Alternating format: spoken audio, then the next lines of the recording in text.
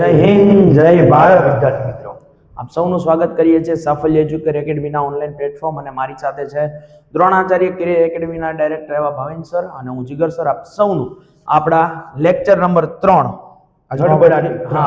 ધડબડાટી TET 1 માટે lecture ત્રીજો આપણે આ પીવાયક્યુ સિરીઝ છે ચાલુ છે. આપણે આગળ છે એ બે લેક્ચર આપી દીધા છે. એક છે ઇંગ્લિશ ગણિત વાળો, ઇંગ્લિશ અને રીઝનિંગ વાળો, અને કાલે આપણે જોયું ગણિત અને ગુજરાતી. હા, આજે સાહેબ હવે આપવાનું છે સાહેબ પ્રતિસાદ મળ્યો છે, પ્રતિસાદ છે અને વિદ્યાર્થીઓની ડિમાન્ડ જે છે એને આપણે હંમેશા પૂરો કરવાનો પ્રયાસ કરીએ છીએ. અને આજે સાહેબ વિજ્ઞાન અને બંધારણ. આમ તો જોઈએ ને સાહેબ આ બે આપણા વિષયો છે. વિજ્ઞાન મારો વિષય છે, બંધારણ તમારો વિષય છે, એટલે આજે જેટલું બને એટલું સારામાં સારી રીતે છોકરાઓને આપવાનું. અને ખરેખર સારો પ્રતિસાદ આપે છે, તો આ પ્રતિસાદ છે તમારે આપતો રહેવાનો છે, જોડાઈને રહેવાનું છે. હા, ચાલુ રાખવાનું છે, તો અમને હજી મજા આવશે. હાલો ભાઈ, હજી તો આપણે 5 ની વાત કરીને 7 આપી દઈએ. અને હજી સાહેબ ઘણા વિદ્યાર્થીઓની એવી સિફારિશ છે કે ભાઈ તમે સાહેબ ગણિત જે છે એને પોઈન્ટ બાય પોઈન્ટ એટલે કે ચેપ્ટર વાઇઝ લઈને આવો. આપણે પણ પ્રયાસ કરવાનો છે કે વિદ્યાર્થીઓને ચેપ્ટર વાઇઝ બધું આપણે આપવું છે, બધું આપવું છે, પણ ટૂંકમાં સમય છે ને, હા, એ પ્રમાણે આપણે જવું પડે આગળ. સાહેબ ટેટ 1 માટે આપણી પાસે બિલકુલ સમય નથી સાહેબ. આપણે શરૂ કરીએ છીએ ટેટ 1 માટે, પણ એ પહેલા એક નાની એમથી વાત કરવી છે. બરાબર, આ બધા છે ને યોદ્ધાઓ, જોરદાર જબરદસ્ત યોદ્ધાઓ. એટલા માટે ખૂબ સુંદર વાત કરી છે કે તું અમારા ખારા જળ જોઈને મોં મત ફેરવજો મરજીવા. અમારા ખારા જળ, દરિયો કે છે, દરિયો, સાચી વાત છે, દરિયો નાવિકને કહે છે, મરજીવાને કહે છે કે તું અમારા ખારા જળ જોઈને મોં ન ફેરવજે. ઘણાને એમ લાગે આવડો વિડીયો હું જોવો સાહેબ. સાચી વાત છે. હા, એટલે તું અમારા ખારા જળ જોઈને મોં મત ફેરવજો મોરજીવા. કોકદીક અમારા તળિયા તપાસી તને કુબેર કંગાલ લાગશે. એટલે આની અંદર તમે આખું જોવો તો ખબર પડે. હા, બધું અંદર જ પીડ્યું છે. એટલે ઈ તમારે આમ છે ને ગોતીને લઈ આવવાનું છે, તમારે મરજીવું થઈ જવાનું છે ભાઈ. હા, આ 5-7 લેક્ચર જોઈ નાખો એટલે પછી તમારે છે ને બધું ભંડારો ઘારે ભેગો કરી લેવાનો. છેલ્લે કહેવાનું છે કે ભાઈ આપણે જે લેક્ચર લીધા એના આધારે કયા સવાલ વિદ્યાર્થી 100% સાહેબ પરીક્ષા જશે પછી આ વસ્તુ આપણે કરશું. બરોબર ને? સારો પ્રતિસાદ છે, આવો પ્રતિસાદ આપતા જ રહેજો. બરોબર ને? ખૂબ સારી સારી પંક્તિઓ તો સાહેબ હવે કહેવાય ને મોટિવેશન નું નામ છે, ભણે તો જ મોટિવેશન મળે. પરિસ્થિતિ સાહેબ તમને છે ને મોટિવેશન આપે. આ દરેક કોઈની એવી પરિસ્થિતિ નહીં હોય કે મુકેશભાઈ અંબાણી જેટલો પૈસાદાર હશે. બરોબર? કારણ કે બધા લોકો છે અત્યારે ગ્રાઉન્ડ ટુ અર્થ થી આવે છે, તો જ અહીંયા આપણું લેક્ચર જોતા હોય. વસ્તુ એકદમ મોંઘવારી ખૂબ જ. એટલે તમારે બધા ભાઈ 1 થી 5 ના જે ભૂલકાઓ છે ને, 1 થી 5 ના ભૂલકાઓ એની હારે બેહવાનું છે, રમવાનું છે. એટલે બધાય પાસ થઈને જ જવાનું છે સાહેબ. હા, અને અહીંથી પાસ થઈને જ જવાનું છે. તો એમ કહું. ચલો સાહેબ, વધારે સમય નથી લેવો અને શરૂ કરીએ આજનું વિજ્ઞાન અને બંધારણ. ચલો સાહેબ, તો સૌથી પહેલા તમારો પ્રશ્ન છે સાહેબ. બંધારણનો લેક્ચર છે, બંધારણનો પ્રશ્ન છે. સરસ મજાનો. તો શરૂઆત કરવાની છે સાહેબ. ખાસ ધ્યાન રાખજો, દરેક પ્રશ્ન અહીંયા તમને વારંવાર અમે કહીએ છીએ કે તમારે ખાસ સમજવાનો છે પ્રશ્નાર્થ, અને એની સાથે સાથે તમારે ઓપ્શન પણ જોવાના છે. ઘણી વાર એવું બનતું હોય સાહેબ કે માત્ર જો વિદ્યાર્થી ઓપ્શન વ્યવસ્થિત વાંચે તો પણ તમને જવાબ મળી જતો હોય. બરોબર? બંધારણ જે છે એ સમજવાનો વિષય છે. સમજ્યા હોય તો જ બંધારણની અંદર તમને આવડે, અને ઊંડાણપૂર્વક વાંચવું હોય તો તમને વિદ્યાર્થી મિત્રો સમજ પડે. ચાલો આપણે પ્રશ્ન તરફ આગળ વધીએ. ખાસ ધ્યાન રાખવાનું છે, રાજ્ય સરકારને કાયદાકીય બાબતોમાં સલાહ આપવા માટે અધિકૃત કોણ છે? બરોબર, પ્રશ્ન છે રાજ્ય સરકારને સલાહ આપવા માટે કોણ બંધાયેલું છે? બરોબર સાહેબ. અને આપણી પાસે ઓપ્શન છે. સૌથી પહેલું છે મુખ્ય ન્યાયાધીશ. તો મુખ્ય ન્યાયાધીશ જે છે એ સાહેબ કાયદાકીય સલાહ આપવા માટે બંધાયેલું નથી. બરોબર.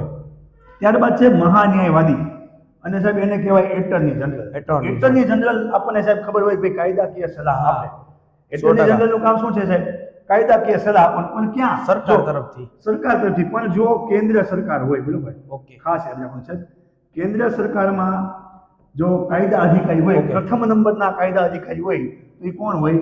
મહાન્યાયવાદી એટર્ની જનરલ હોય. કેન્દ્ર સરકારમાં કાયદાકીય બાબતોનું જોવે કોણ? હા, મહાન્યાયવાદી. એટલે આપણે અંગ્રેજીમાં એટર્ની જનરલ તરીકે ઓળખીએ છીએ. પણ સાહેબ જો અહીંયા આપણે ખાસ ધ્યાન રાખવાનું છે, રાજ્ય સરકાર કેન્દ્ર નથી. જો અહીંયા ઉતાવળ કરી અને ડાયરેક્ટ આપણે લખી નાખ્યું કે કાયદાકીય સલાહ આપવામાં એટર્ની જનરલ આવે તો કામ થઈ ગયા. બરોબર? મને એ સિવાય સાહેબ આપણે મહાન્યાયવાદી જોઈએ છીએ, તો સાથે સાથે એની થોડી વાત જોઈ લઈએ. તો એની નિમણૂક જે છે સાહેબ એ અનુચ્છેદ 76 મુજબ થાય. એટર્ની જનરલની મહાન્યાયવાદી બંધારણના અનુચ્છેદ કેન્દ્રમાં પ્રથમ નંબરના કાયદા અધિકારી છે. બરોબર છે. નિમણૂક જે છે એ કોણ કરશે? તો નિમણૂક જે છે સાહેબ એ કોણ કરશે? રાષ્ટ્રપતિ કરશે. જી અને એની સાહેબ હોદ્દાની કોઈ લાયકાત એટલે કે કેવો હોદ્દો ધરાવતા વ્યક્તિ હોય ઈ છે ઈ એટર્ની જનરલ બની શકે. તો સાહેબ કાયદાનું જ્ઞાન એને હોવું જોઈએ સાહેબ સલાહ આપવાની અને વળી કેન્દ્ર લેવલે છે એટલે આખા ભારતમાં સુપ્રીમ કોર્ટના જે મુખ્ય ન્યાયાધીશ જે છે એને જેટલી લાયકાત હોય એવી લાયકાત ધરાવનાર વ્યક્તિ હોય 100%. એને રાષ્ટ્રપતિ જે છે એ મહાન્યાયવાદી તરીકે નિમણૂક કરે. આપી શકે. બરોબર. અને એ સિવાય એનો પગાર ભથ્થા, એની હોદ્દાની લાયકાત, બધું રાષ્ટ્રપતિ. બધું જે છે એ રાષ્ટ્રપતિ નક્કી બરોબર, રાષ્ટ્રપતિ ઉપર છે ટૂંકમાં. રાષ્ટ્રપતિ. ઓકે. બરોબર. કેન્દ્ર માટે. હા, કેન્દ્રમાં. ત્યારબાદ છે સાહેબ મહાધિવક્તા. જો ગુજરાતીની અંદર આપ્યું છે. બંને સાહેબ યાદ રાખવાના કારણ કે આપણને મોટા ભાગે માત્ર એડવોકેટ જનરલ એટલું જ અને ખબર હોય. એટર્ની જનરલ ખબર હોય, પણ જો માત્ર ગુજરાતી શબ્દ આપી દીધો હોય તો શું થાય? આપણને તકલીફ તકલીફ થઈ જાય. તો મહાધિવક્તા જે છે એનું કામ અહીંયા જે કેન્દ્ર સરકારમાં સલાહ આપવાનું કામ એટર્ની જનરલનું હતું, હા. તો રાજ્યમાં સલાહ આપવાનું કામ કોણ કરશે? વક્તા. વક્તા. અને એની નિમણૂક જે છે સાહેબ એ અનુચ્છેદ 165 મુજબ થશે. અનુચ્છેદ નિમણૂક જે છે એ કોણ કરશે? તો કે ભાઈ રાજ્યપાલ. એની નિમણૂક જે છે એ રાજ્યપાલ. બરોબર છે. કેન્દ્રમાં ઉપર છે રાષ્ટ્રપતિ છે અને આ અને રાજ્યમાં રાજ્યપાલ. ડન છે તો સાહેબ. ખાસ યાદ રાખવાનું છે કે મહાધિવક્તા જે છે એ રાજ્ય સરકાર. રાજ્ય સરકારને કાયદાકીય ઓકે. સલાહ આપવા માટે બંધાયેલા છે. એ સિવાય સાહેબ મહાધિવક્તા જે છે હા. એ રાજ્યની કોઈ પણ કોર્ટમાં જઈ અને કોઈ પણ કેસનો ફેસલો સંભળાવવા માટે પણ સત્તા ધરાવે છે. એ સિવાય રાજ્યના જે ગૃહો હોય, ધારાસભા હોય કે વિધાન પરિષદ હોય, એમાં એ ભાગ લેવાની પણ સત્તા જે છે એ ધરાવે છે. તો તમારે એ ખાસ યાદ રાખવાનું છે કે મહાધિવક્તા જે છે એ રાજ્ય સરકારને કાયદાકીય સલાહ આપવા માટે અધિકૃત કરેલ વ્યક્તિ છે. બરાબર ને સાહેબ? કાંઈ ઘટે નહીં સાહેબ. મસ્ત હો. બે ચાર આપણે મને તો અહીંયા એમને યાદ રહી ગયા સાહેબ. હા. બે ચાર તમે ઓલા કીધા ને હા. 68 ને ઓલા 65 ને 76 નંબર ને 165 ને આ બધું મજા આવી ગઈ. હા, એટલે આવું મજા આવશે છોકરાઓ. ચલો સાહેબ, વિજ્ઞાનનો પ્રશ્ન છે, સાયન્સનો, અને ખૂબ મસ્ત પ્રશ્ન છે આ તો. સાબુનું દ્રાવણ. બરાબર. આ સાબુનું દ્રાવણ જે છે એ કોની સાથે લાલ રંગ આપે? આપણને અહીંયા ચાર ઓપ્શન આપ્યા છે.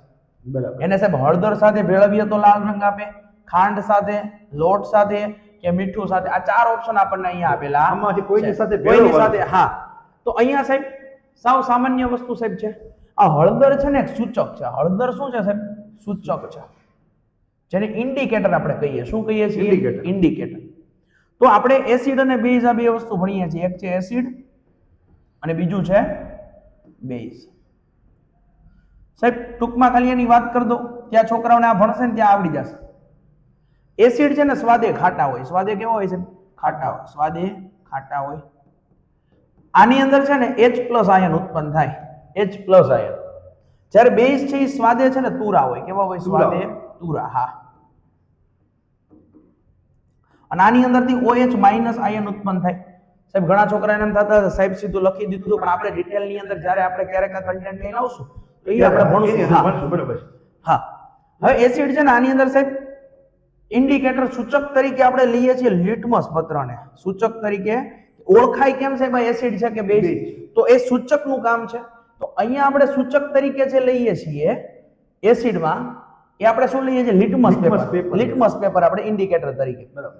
તો જ્યારે ભૂરા લિટમસ પત્રને લાલ બનાવે, ભૂરાને કેવું બનાવે? લાલ. ભૂરાને લાલ બનાવે તો એ શું હોય સાહેબ? એસિડ હોય.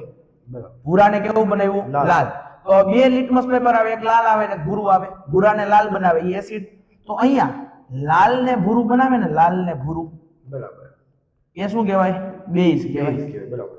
એની ઓળખાણ આપણને થઈ ગઈ. પણ અહીંયા વાત કરી છે આપણને સાહેબ સાબુનું દ્રાવણ. મારે એસિડ અને બેઝ એટલે કેવું પડ્યું? પેલા આપણને ખબર હોવી જોઈએ સાબુનું દ્રાવણ આમાંથી કયો સ્વભાવ ધરાવે છે. સ્વભાવ ધરાવે. બરાબર. હા, એસિડિક છે કે બેઝિક? તો હકીકતે સાબુનું દ્રાવણ છે ને સાહેબ બેઝિક સ્વભાવ ધરાવે છે. કયો સ્વભાવ ધરાવે છે? Basic. બેઝિક સ્વભાવ ધરાવે છે. અને અહીંયા મેં વાત કરી એમાં હળદર શું છે સાહેબ? સૂચક છે. એક શું છે? સૂચક. હવે જ્યારે આ સાબુનું દ્રાવણ આપણા કપડા ઉપર છે, તમને ખબર હોય કે દાળ કેવું ઢોળાનું હોય, હા. તો એની ઉપર છે ઘરે છે સાબુથી ઘસવામાં આવે તો લાલ રંગ લાલ. હોય. કેમ સાહેબ? તો એની અંદર હળદર હોય. બરાબર. શું હોય? હળદર હોય. હા, એટલે હળદર હોય એના કારણે આ રંગ કેવો બતાવે છે? લાલ. તો યાદ રાખવાનું છે બેઝ ની અંદર હળદર કેવો રંગ આપશે? લાલ. કારણ કે આ કેવો સ્વભાવ છે? તો કે બેઝિક બેઝ સ્વભાવ છે. બરાબર ને? અને એટલા માટે આનો જવાબ સાહેબ આવે છે હળદર. વાહ. કારણ કે એક પ્રકારનું એ સૂચક છે અને બેઝ ની અંદર કેવો રંગ આપે છે? લાલ રંગ આપે છે. બરાબર. આ ઉપરાંત સાહેબ એક વસ્તુ અહીંયા આવે છે ક્ષાર. એસિડ બેઝ અને ક્ષાર બરોબર ને સાહેબ? ક્ષાર છે આ કેવો સ્વભાવ ધરાવે? તટસ્થ સ્વભાવ ધરાવે છે. આ નથી એસિડ કે નથી બેઝ. આના ખાલી એક ઉદાહરણ સાહેબ આપી દો છોકરાઓને, હા, પછી આપણે આગળ વધીએ.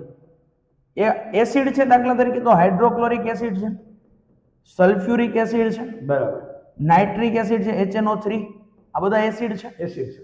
બેઝ ની અંદર વાત કરીએ તો આની અંદર બેઝ ની અંદર દાખલા તરીકે હું લઉં તો કે ભાઈ સોડિયમ હાઇડ્રોક્સાઇડ MgOH ટ્વાઇસ લઉં, આને મિલ્ક ઓફ મેગ્નેશિયા કહેવાય છે.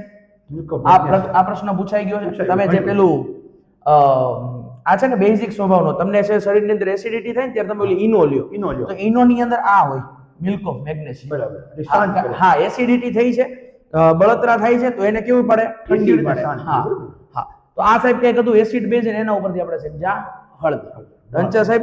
અહીંયા જવાબ આવશે આપણો હળદર. ચાલો સાહેબ આવી જાવ, તમારો પ્રશ્ન છે. લોકસભા છે બરોબર. આગળ આપણે પ્રશ્ન જોઈએ તો હવે છે લોકસભામાં તમારે સાહેબ ચૂંટાવવું હોય જી. તો ઓછામાં ઓછી આમાં લઘુત્તમ વય મર્યાદા હા. હોય. હા. બરોબર. તો સૌથી પહેલા સાહેબ આપણને ખબર છે કે લોકસભા જે છે એ કોનો ભાગ છે? સંસદનો ભાગ છે. ડન. સંસદનો ભાગ છે. હા, બરોબર. સંસદમાં કોનો સમાવેશ થાય? બરોબર, એ આપણને ખબર હોય. આપણને ખબર હોવી જોઈએ. સંસદમાં સૌથી પહેલા કોનો સમાવેશ થશે? રાષ્ટ્રપતિનો સમાવેશ થશે. બરોબર છે. ત્યારબાદ ઉપલું ગૃહ જે છે સાહેબ એ છે રાજ્યસભા. રાજ્યસભા, ડન અને છે. નીચલું ગૃહ જે છે સાહેબ એ છે લોકસભા. લોકસભા. હવે સાહેબ આ કેન્દ્રના અંગ ગણાય. કેન્દ્રના. કેન્દ્રમાં સંસદ હોય તો સાહેબ રાજ્યની સાથે સાથે હા. વાત કરી દઈએ. જો રાજ્યમાં આપણે વાત કરવી હોય તો શું હોય? ધારાગૃહ હોય. ઓકે. બરોબર. અને એના પણ સાહેબ આપણે પ્રકાર પાડવા હોય તો ત્રણ. 3 પ્રકાર પાડી શકાય. પેલું આવશે રાજ્યપાલ. રાજ્યપાલ આવશે. મહારાષ્ટ્રપતિ છે, અહીંયા અહીંયા રાજ્યપાલ. રાજ્યપાલ આવશે. બરોબર. અહીંયા આવશે વિધાન સભા. સભા, અને અહીંયા આવશે સાહેબ વિધાન વિધાન પરિષદ. પરિષદ. વાહ ભાઈ વાહ. બરોબર. સાથે એટલા માટે સમજાવું સાહેબ કારણ કે ઘણી વાર પ્રશ્ન લઘુત્તમ વય મર્યાદાનો પૂછાય તો આપણે ગોખીને ગયા હોય ને હા. આપણને યાદ નથી. યાદ નથી રહેતું. હવે જો અહીંયા શું યાદ રાખવાનું છે? કેન્દ્રમાં સૌથી ઉપરનું સ્થાન કોનું સાહેબ? રાષ્ટ્રપતિ. રાષ્ટ્રપતિનું. રાજ્યમાં સૌથી ઉપરનું સ્થાન કોનું સાહેબ? રાજ્યપાલ. રાજ્યપાલ. તો જો કેન્દ્રમાં તમારે સૌથી ઉપરનું સ્થાન એટલે કે રાષ્ટ્રપતિ કે રાજ્યમાં તમારે રાજ્યપાલ બનવું હોય તો ઉંમર મર્યાદા વધારે જોઈએ. હા. મેક્સિમમ એમ. Maximum. બરોબર. તો અહીંયા જે છે સાહેબ કેટલા? 35. 35 વર્ષ. ઓછામાં ઓછા 35 રાષ્ટ્રપતિ કે વર્ષ. રાજ્યપાલ માટે? તો અહીંયા રાજ્યપાલ માટે પણ સાહેબ કેટલા આવશે? 35. જો Okay. ગોખવાની જરૂર નથી. કેન્દ્રમાં જે છે એ રાજ્ય. અહીંયા છે. હવે રાજ્યસભા ઉપલું ગૃહ છે. હા. અહીંયા જો સાહેબ આપણે જરાક ઊંધું લખ્યું છે વિધાન પરિષદ ઉપલું ગૃહ ગણાશે બરાબર. વિધાન પરિષદ. અને હા. વિધાનસભા છે એ નીચલું ગૃહ ગણાશે. તો રાજ્યસભાનો સભ્ય તમારે થવું હોય તો સાહેબ તમારે કેટલી ઉંમર જોશે? 30 વર્ષ. અને અહીંયા વિધાન પરિષદનો સભ્ય થવું હોય એમાં પણ 30 વર્ષ. 30 વર્ષ. વાહ ભાઈ વાહ. અને સાહેબ લોકસભાના સભ્ય થવું હોય તો હા. તમારે સાહેબ જે છે એ કેટલી જોશે? 25 વર્ષ જે છે સાહેબ એ જોશે. 25 અને વર્ષ. વિધાનસભાનું એટલે કે ધારાસભ્ય તમારે થવું હોય ન્યાય 25 તો પણ કેટલી? સાહેબ, આમાં કઈ ગોખવું જ ના પડે. કાંઈ ગોખવું ન પડે. આમાં જવાબ કેન્દ્રમાં તમારે તમારે એમનેમ મળી છે. ગયો. જવાબ direct તમને જવાબ મળી ગયો. જાય. આપણો પહેલો લોકસભાનો question જે સભ્ય. છે, હા. એ આપણો જવાબ વાહ છે. ભાઈ વાહ. અને યાદ સાહેબ એ રાખવાનું છે જે સ્થાન કેન્દ્રમાં છે એ એ સ્થાન રાજ્યમાં છે. વાહ ભાઈ વાહ. પણ એકદમ. એક સાહેબ પ્રશ્ન એવો પૂછાય કે જો તમારે વડાપ્રધાન બનવું હોય હા. તો ઓછામાં ઓછી ઉંમર કેટલી? ઓકે. આ તો સાહેબ વડાપ્રધાન બનવું હોય હા. તો ઓછામાં ઓછી ઉંમર કેટલી જોઈએ? આપણે મગજમાં ઘણી વાર ન આવે પણ વડાપ્રધાન જે છે એ સાહેબ કોનો સભ્ય હોય? લોકસભાનો સભ્ય હોય 100%. અથવા સાહેબ રાજ્યસભાનો રાજ્યસભાનો પણ હોય. બરોબર. ઓછામાં ઓછી કીધી છે એટલે 25 આવશે. એટલે તમારો જવાબ સાહેબ શું આવશે? 25. ઓકે. વાહ ભાઈ વડાપ્રધાન વાહ. બનવા માટે પણ સાહેબ કેટલી? Done, 25. એકદમ તો એ જ clear. રીતે અહીંયા સાહેબ મુખ્યમંત્રી બનવું હોય તો હા. મુખ્યમંત્રી બનવા માટે પણ સાહેબ કેટલી ઉંમર હશે? 25. 25. વાહ સાહેબ, તમને આવડી ગયું. બરોબર. તો આ રીતે સાહેબ છે આપણે આગળ વધીએ તો ગોખવું આમાં કાંઈ ન આસાન ગોખવું પડે, છે. ખરેખર સાહેબ. યાદ છે. બરોબર છે. ચાલો, આગળ વધીએ આગળ વધીએ સાહેબ. સાહેબ. હાલો સાહેબ. ચાલો. વિજ્ઞાનનો પ્રશ્ન છે ધાતુના વાસણમાં દૂધ ગરમ કરીએ. બરોબર, આપણે ધાતુનું હા. વાસણ લઈએ, તપેલી જેને આપણે કહીએ છીએ ટૂંકમાં, એની અંદર આપણે દૂધ ગરમ કરીએ ત્યારે તપેલી ગરમ થાય છે સાહેબ. આજે સવારે જો સાહેબ, આજે ઓફલાઈનમાં આજે સવારે જ અમે વાત વાહ, કરી. બરાબર છે. આજે જ સવારે જો ત્યારે તપેલી ગરમ થાય તો તે ઉષ્મા પ્રસરણનો કયો પ્રકાર છે સાહેબ? તપેલી ગરમ થાય, બરાબર, તપેલી તો તપેલી છે, આ તમે ગુજરાતીમાં પણ અહીંયા તપેલી ગરમ થાય છે ગરમ. તો એ ઉષ્મા પ્રસરણ થાય છે. ઉષ્મા પ્રસરણ. દાખલા તરીકે આપણે છે ગેસ શરૂ કરીએ તો તપેલી ગરમ તરત ગરમ થઈ જાય? ના થાય. ધીમે ધીમે છે એ ગરમ થાય છે. તો એ ધીમે ધીમે નીચેથી ઉષ્મા ક્યાં જાય છે? ઉપર જાય છે. બરાબર. બરોબર સાહેબ? તો અહીંયા એ કયો પ્રકાર કીધો છે સાહેબ? હવે હું છોકરાઓને છે ને હાવ એટલે હાવ દેશી ભાષામાં સમજાય તો જો ઉષ્મા છે ને સાહેબ, ઉષ્મા આનો સૌથી મોટો સ્ત્રોત છે આપણો સૂર્ય. આ આપણને ખબર હોવી જોઈએ. બરાબર છે, હા સર. બરોબર, કારણ કે કુદરતી રીતે આપણને સૂર્યમાંથી જો ઉષ્મા મળે. બરાબર છે. ઉષ્મા પ્રસરણની વાત છે, એટલે કે ઉષ્મા વહે. તો ઉષ્મા પ્રસરણના 3 પ્રકાર છે. સાહેબ હું પહેલા સમજાવીશ, છોકરાનો જવાબ ઓટોમેટિક આવશે. ઓટોમેટિક છે. ઉષ્મા પ્રસરણ. પ્રસરણ એટલે કઈ ઉષ્મા રીતે પસાર હા થવું? કઈ રીતે પસાર થવું. બરાબર. તો ઉષ્મા પ્રસરણના 3 રીત છે. કેટલી રીત છે સાહેબ? 3 રીત છે. જેમાં સૌથી પહેલું છે ઉષ્મા વહન. ઉષ્મા વહન, ઉષ્માનું વહન થવું. આની અંદર શું થાય સાહેબ? તો કે ઘન પદાર્થોમાં, બરોબર છે, ઘન પદાર્થોમાં ઉષ્માનું વહન થાય. ચાલો સાહેબ, તપેલી છે, તપેલી એ શેની બનેલી છે? ઘન પદાર્થની બનેલી. હવે હું જવાબ નથી કહેતો અત્યારે, આમ તો આવડી જ ગયો અડધાને જે સમજાવે. વહન જ થાય, હા, બરાબર. ઘન પદાર્થો ની સાહેબ, ઘન પદાર્થ એની અંદર ઉષ્મા વહન થાય. પછી સાહેબ બીજો પ્રકાર આવે ઉષ્મા નયન. ઉષ્મા નયન. હવે જે પ્રવાહી છે, પ્રવાહી અને વાયુઓ, પ્રવાહી અને વાયુ. જો સાહેબ તમને અહીંયા કીધું આ તપેલીની વાત છે, પણ તપેલીની અંદર રહેલું દૂધની વાત કરી હોત તો એ કેવું માધ્યમ છે? પ્રવાહી માધ્યમ છે સાહેબ. તો એની અંદર જો ઉષ્માનું વહન થાય તો કઈ પ્રક્રિયા કહેવાય એને? ઉષ્મા નયન. હવે વાયુઓની અંદર ગરમ વાયુ છે, એ આપણે ખબર છે, આપણને આજુબાજુમાં આપણે જોઈએ છીએ. તો એની અંદર જે વાયુઓની અંદર થાય એને પણ શું કહેવાય? ઉષ્મા નયન. અને ત્રીજો જે છે એ છે ઉષ્મા વિકિરણ. સાહેબ આ ત્રીજો પ્રકાર સૂર્ય માટે છે. કોના માટે છે? સૂર્ય માટે. કારણ કે સૂર્યમાંથી પણ આપણને ઉષ્મા છે એ મળે છે. તો ઉષ્મા વિકિરણ શું છે? તો કે એને માધ્યમની જરૂર નથી. હવે સૂર્ય બરોબર અને ત્યાંથી પૃથ્વી, આના વચ્ચે શૂન્યાવકાશ છે, કોઈ માધ્યમ છે નહીં. તો માધ્યમની જરૂર પડતી નથી. તો અહીંયા છે કયું આવશે? ઉષ્મા વિકિરણ. તો અહીંયા તમને પૂછ્યું છે કે ધાતુનું વાસણ, તો આ કેવું કહેવાય? તમને ખબર પડી જાય સાહેબ, ઘન કહેવાય. હાલ બરાબર છે. તો એની અંદર દૂધ ગરમ કરીએ, આ દૂધની વાત નથી કરતા, જો દૂધ ગરમ કરીએ ત્યારે તપેલી ગરમ થાય છે એમ કીધું. તો તપેલી કેવું છે સાહેબ? આપણું ઘન છે. ઘન છે. તો એમાં જે ઉષ્મા પ્રસરણ થાય છે, અહીંયા 3 પ્રકાર મેં આપી દીધા. ઉષ્મા વહન ઘનમાં થાય, ઉષ્મા નયન પ્રવાહી અને વાયુમાં થાય, ને ઉષ્મા વિકિરણ સૂર્ય દ્વારા જે એના કિરણો પહોંચે છે એના દ્વારા. તો અહીંયા તરત ખબર પડે સાહેબ, તપેલી ઘન છે તો અહીંયા કયો પ્રકાર આવશે સાહેબ? મારો ઉષ્મા વહન. વાર્તા પૂરી. પણ હવે સાહેબ એમ પૂછવું હોત કે ભાઈ તપેલીમાં રહેલું દૂધ, તો તપેલીમાં હા તો શું આવત? કારણ કે આ કેવું છે? દૂધ પ્રવાહી માધ્યમ છે. તો શું આવત અહીંયા? ઉષ્મા નયન આવે. સાહેબ જો આપણે ઓપ્શન ઉપર જઈએ છીએ, છોકરાનો ઓપ્શન અહીંયા જો આખા પ્રકાર સમજાવી દીધા. આ ઉષ્મા વિકિરણની મેં વાત કરી. આ ઉષ્મા વિકિરણ ક્યાં સાહેબ? તો કે સૂર્યના કિરણો જે આવે બરાબર. આ ઉષ્મા ગમન જેવું કઈ હોતું નથી. ઉષ્મા ગમન જેવું કઈ હોય નહીં. એટલે ઉષ્મા વહન છે એ ઘન પદાર્થોમાં થાય. તપેલી આપણી કેવી છે સાહેબ? ઘન છે. બરોબર. પણ દૂધ પૂછ્યું હોત તો ઉષ્મા નયન આવત. બરોબર છે. તો આવી રીતે કઈક આના 3 પ્રકારો છે ઉષ્મા પ્રસરણ. આ સાહેબ ક્યાંનું છે ખબર? આ ધોરણ 7 ચેપ્ટર નંબર 3 ઉષ્મા. લ્યો વાહ આ પીવાય 7મા ધોરણનો પ્રશ્ન. 7મા ધોરણનો પ્રશ્ન છે. તમે બધા શિક્ષકો બનવાના એટલે અને પાછા ટેટ 1 ભલે આપવાના હોય, તમારે 8 સુધીના પાઠ્યપુસ્તકો તો કરવાના જ છે. આપણી પાસે કન્ટેન્ટ તો હોવું જોઈએ. કન્ટેન્ટ તો હોવું જ જોઈએ. તો ત્યાંથી પ્રશ્ન કાઢ્યો છે આ લોકો, એના પીવાય ક્યુ જ છે. ચાલો સાહેબ, તો અહીંયા આપણો જવાબ આવશે ઉષ્મા વહન. આવી જાવ સાહેબ. બંધારણનો એજ્યુકેશન. બરોબર. કાંઈ ઘટે નહીં. બહુ જબરદસ્ત તમે સમજાવ્યું છે. મને આમ ખબર પડી ગઈ, નહીં મને તો અત્યાર સુધી સમજાતું નહોતું.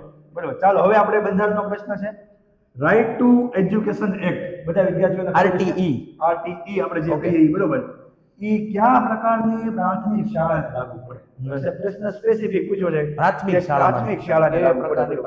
પ્રાથમિક શાળા બરોબર. તો સૌથી પહેલા સાહેબ આપણને ખબર હોવી જોઈએ કે રાઈટ ટુ એજ્યુકેશન એક્ટ જે છે એના માટેનો કાયદો ક્યારે પસાર થયો? તો કાયદો જે છે સાહેબ એ વર્ષ 2009 ની અંદર પસાર થયો અને લાગુ જે છે એ ક્યારથી કરવામાં આવ્યું? તો સાહેબ 1 એપ્રિલ 2010. ઘણી બધી વખત સાહેબ આપણે ખાસ લાગુ એટલે અમલ ને સાહેબ? અમલ. શિક્ષકની પરીક્ષા છે એટલે આપણા માટે ખૂબ જ અગત્યનો છે. અને આમાંથી સાહેબ પ્રશ્નો હોય જ છે. લગભગ મોટા ભાગની એક્ઝામમાં આરટી આ ભાઈ કોમન છે બધા માટે. એજ્યુકેશન તો હોય જ છે. હવે સાહેબ જો અહીંયા માત્ર લખ્યું છે કે ગ્રાન્ટ એડ એટલે ગ્રાન્ટેડ જે શાળા હોય એને લાગુ પડે, માત્ર સરકારી શાળાઓને લાગુ પડે, બધા પ્રકારની ખાનગી શાળાઓને લાગુ પડે, બરોબર, કે માત્ર ખાનગી શાળાઓને લાગુ પડે. બરોબર. તો અહીંયા સાહેબ જુઓ બધા પ્રકારની શાળાઓ, બરોબર. બરોબર. કારણ કે દરેકને ભણવાનો મફતમાં ભણવાનો 6 થી 14 વર્ષ વાળો. 6 થી 14 વર્ષનો કોઈ પણ બાળક હા, હોય 6 થી તો 14. એને સાહેબ જો કોઈ પણ સ્કૂલમાં ફી લેવાની નથી. ખાનગી શાળાઓની અંદર પણ રિઝર્વેશન આપવામાં આવે છે, તો ખાનગી શાળા પણ એની અંદર આવી જશે. ગ્રાન્ટેડ શાળાની અંદર પણ એનું રિઝર્વેશન એની સીટો જે બરોબર છે, 100% એ નક્કી કરવામાં આવી છે. એટલે કે તમામની અંદર વિદ્યાર્થીને સરકારીમાં ભણી શકે, પ્રાઇવેટમાં પણ હા. ભણી શકે, એ માટે સારું દરેક ઉચ્ચ ગુણવત્તાવાળું સીટ છે શિક્ષણ આપેલી મેળવી છે. શકે એટલા માટે જોગવાઈ ડન કરવામાં છે. આવી છે. એટલે આપણો જવાબ જે છે સાહેબ બધા એ શું પ્રકારની- થશે? બધા પ્રકારની. બધા જ પ્રકારની શાળાઓ હોય છે હા. એની અંદર આપણે જે છે એ 100% મેળવી શકાય. કાંઈ ઘટે બરોબર નહીં. છે. ટેટ ટુ સાહેબ, હે? ટેટ ટુ માં પૂછાય ગયું, 2011 છે. બરોબર. વાહ ભાઈ વાહ, શરૂઆત તો જબરદસ્ત. ટેટની જે છે 2011 થી ટેટ છે સાહેબ. અને એમાં જે હાલો, પ્રશ્ન વિજ્ઞાનનો પ્રશ્ન આવી ગયો છે પાછો એકાદો, કરી નાખીએ વિજ્ઞાનનો પ્રશ્ન સોલ્વ. સાહેબ, કોસ્ટિક સોડાના દ્રાવણમાં હાઇડ્રોક્લોરિક એસિડ નાખતા મીઠું અને પાણી બને. સાહેબ, અહીંયા તમને પ્રક્રિયા કહી દીધી છે. કેવી પ્રક્રિયા કીધી છે? તો કે કોસ્ટિક સોડાનું દ્રાવણ લીધું છે, એની અંદર શું નાખ્યું છે? Hydrochloric acid. Hydrochloric acid. અને શું બને છે? તો કે બને છે મીઠું અને મીઠું અને પાણી.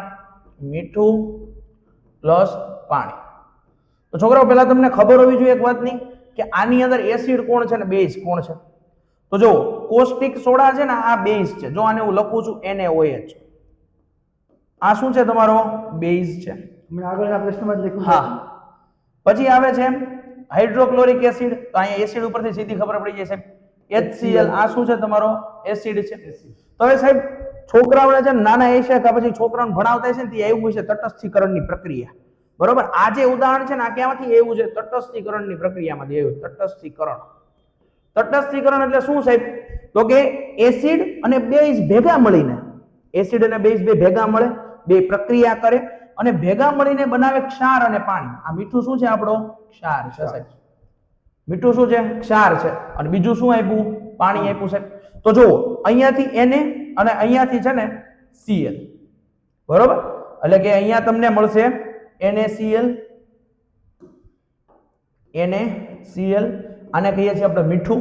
બરાબર છે. અને આ OH અને આ એક H, એટલે અહીંયા બનશે H2O.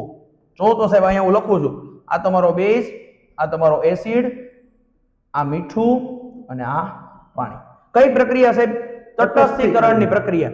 તો આવું હોય ને, આવું, આ મારો સાચો જવાબ આમાં. વાહ સાહેબ. બરોબર સાહેબ. જો આ NaOH વત્તા HCl, NaCl અને H2O. તો અહીંયા મારે ક્યાંય ગોતવા જવાની જરૂર જ નથી. મારો પહેલો ઓપ્શન જ શું છે? સીધો જવાબ મળ્યો. સીધો જવાબ. જો સાહેબ, અહીંયા એક બે વસ્તુ એવી છે, Na2 ને આ બધું આપણે જ્યારે ડિટેલમાં ભણાવશું ને ત્યારે હું વાત કરીશ કે ભાઈ આ તો કોઈથી શક્ય જ નથી. કારણ કે આની ક્લોરીન છે ને, ક્લોરીન સાહેબ, એને એક જ ઇલેક્ટ્રોનની જરૂર છે. આ બધું જ્યારે ડિટેલમાં 10મા ધોરણમાં સાહેબ આવે, આ બધું 10મા ધોરણમાં. પણ આ લોકોને પરીક્ષા કોની દેવાની છે? ટેટ 1 ની. એટલે 8 સુધીનું કન્ટેન્ટ કરે એટલે ઓકે. આ સાહેબ ક્યાં આવે? તો કે ધોરણ 7 માં આવે. ધોરણ 7 ચેપ્ટર નંબર 4, એસિડ, બેઝ અને ક્ષાર. વાહ સાહેબ. ટૂંકમાં 7મા ધોરણથી આગળનું તો લગભગ પૂછાતું જ નથી. હા, 8મું ધોરણ પૂછાય, પણ બહુ રેર કેસની અંદર પૂછાય. પણ સાહેબ, આપણે તૈયાર બધું કરવાનું. એટલે આવા પ્રશ્નો પૂછાય છે. એટલે આપણને આ જો આ બનાવતા આવડવું જોઈએ. આ જે છે ને, આ રાસાયણિક સમીકરણ, એની અંદર આ બાજુ હોય ને, એ બધાને પ્રક્રિયકો કહેવાય. પ્રક્રિયક. અને પ્રક્રિયા થઈને જે બને ને, એને નિપજ કહેવાય. શું કહેવાય? નિપજ. તો આપણને નિપજમાં મળે છે આપણું મીઠું અને પાણી. તો ઓપ્શન એ આપણો જે છે અહીંયા સાચો જવાબ છે. અહીંયા જે છે એ જ ત્યાં મળે છે. વાહ સાહેબ. તો આ કંઈક આવી રીતે બને તટસ્થીકરણની પ્રક્રિયા. આ યાદ રાખજો સાહેબ, આ ઘણી વખત પૂછાઈ ગયું. આ ટાટમાં પૂછાઈ ગયું. તટસ્થીકરણ એટલે શું? 2 માર્કમાં આવે. તો ડિસ્ક્રિપ્ટિવ આવે છે. તો પૂછાઈ ગયું તટસ્થીકરણ એટલે શું? તો કે એસિડ અને બેઝ ભેગા મળીને ક્ષાર અને પાણી બનાવે, તો એને કહેવાય તટસ્થીકરણ. આ ઉદાહરણ આપી દો, વાર્તા પૂરી. જબરદસ્ત છે. એકદમ સરળ છે સાહેબ. ચલો, આવી જાઓ સાહેબ. ચાલો. નેક્સ્ટ રાષ્ટ્રીય ક્વેશ્ચન. ધ્વજ સાહેબ, આપને બધાને ખબર જ હોય આપણું રાષ્ટ્રીય ધ્વજ, આપણા રાષ્ટ્રીય પ્રતીકો જે છે 100%. એમાંનું એક છે. બરોબર. તો સૌથી પહેલા તો આપણને બધાને લગભગ ખ્યાલ જ હોય કે રાષ્ટ્રીય ધ્વજની અંદર કેટલા રંગો હોય. સાહેબ, રાષ્ટ્રીય ધ્વજની અંદર કેટલા રંગો હોય? તો આપણને બધાને ખબર છે કે સૌથી ઉપર કયો હોય સાહેબ? કેસરી. કેસરી હોય. ઓકે. વચ્ચે જે છે સાહેબ એ કયો હોય? સફેદ. સફેદ હોય. અને છેલ્લે સાહેબ નીચે જે છે કયો હોય? લીલો. લીલો હોય. ઓકે. અને સાહેબ વચ્ચે તમને ખબર હોય તો અશોક ચક્ર. અશોક ચક્ર હોય. બરોબર. એમાં આવી રીતે કંઈક આરાઓ આપેલા હોય. 24 એની અંદર જેટલા. સાહેબ કેટલા આરા હોય? 24. 24 આરા હોય. હવે કેસરી, સફેદ અને લીલો રંગો આપણને આપી દીધા. પણ ઈ કઈક પ્રતીક દર્શાવે પ્રતીક છે. દર્શાવે, દરેક બરોબર. કંઈક પ્રતીક એક દર્શાવે સંકેત છે. આપે છે. 100%. તો કેસરી જે છે સાહેબ એ શેનો છે સાહેબ? વીરતા. અથવા તમે એને શૌર્ય. શક્તિનું પ્રતીક પણ કહી શકો, શૌર્યનું પ્રતીક હા. પણ કહી શકો. બરોબર. સફેદ રંગ જે છે સાહેબ એ આપણા દેશમાં જે છે શાંતિ. શાંતિથી ભરેલો સાહેબ, દેશ ઈ છે. પૂછ્યું છે ને આપણને. એ આપણને ખબર પડી જવી હા. જોઈએ. અને લીલો રંગ જે છે એ સાહેબ આપણા દેશનો વિકાસ વાહ ભાઈ વાહ. અને સાહેબ સમૃદ્ધિ જે છે ઓકે. એને દર્શાવે છે. વાહ ભાઈ વાહ. અને સાહેબ આની અંદર જે સફેદ જે આરાનું ચક્ર છે એનો રંગ કેવો છે સાહેબ? તો એનો રંગ સાહેબ ભૂરો છે.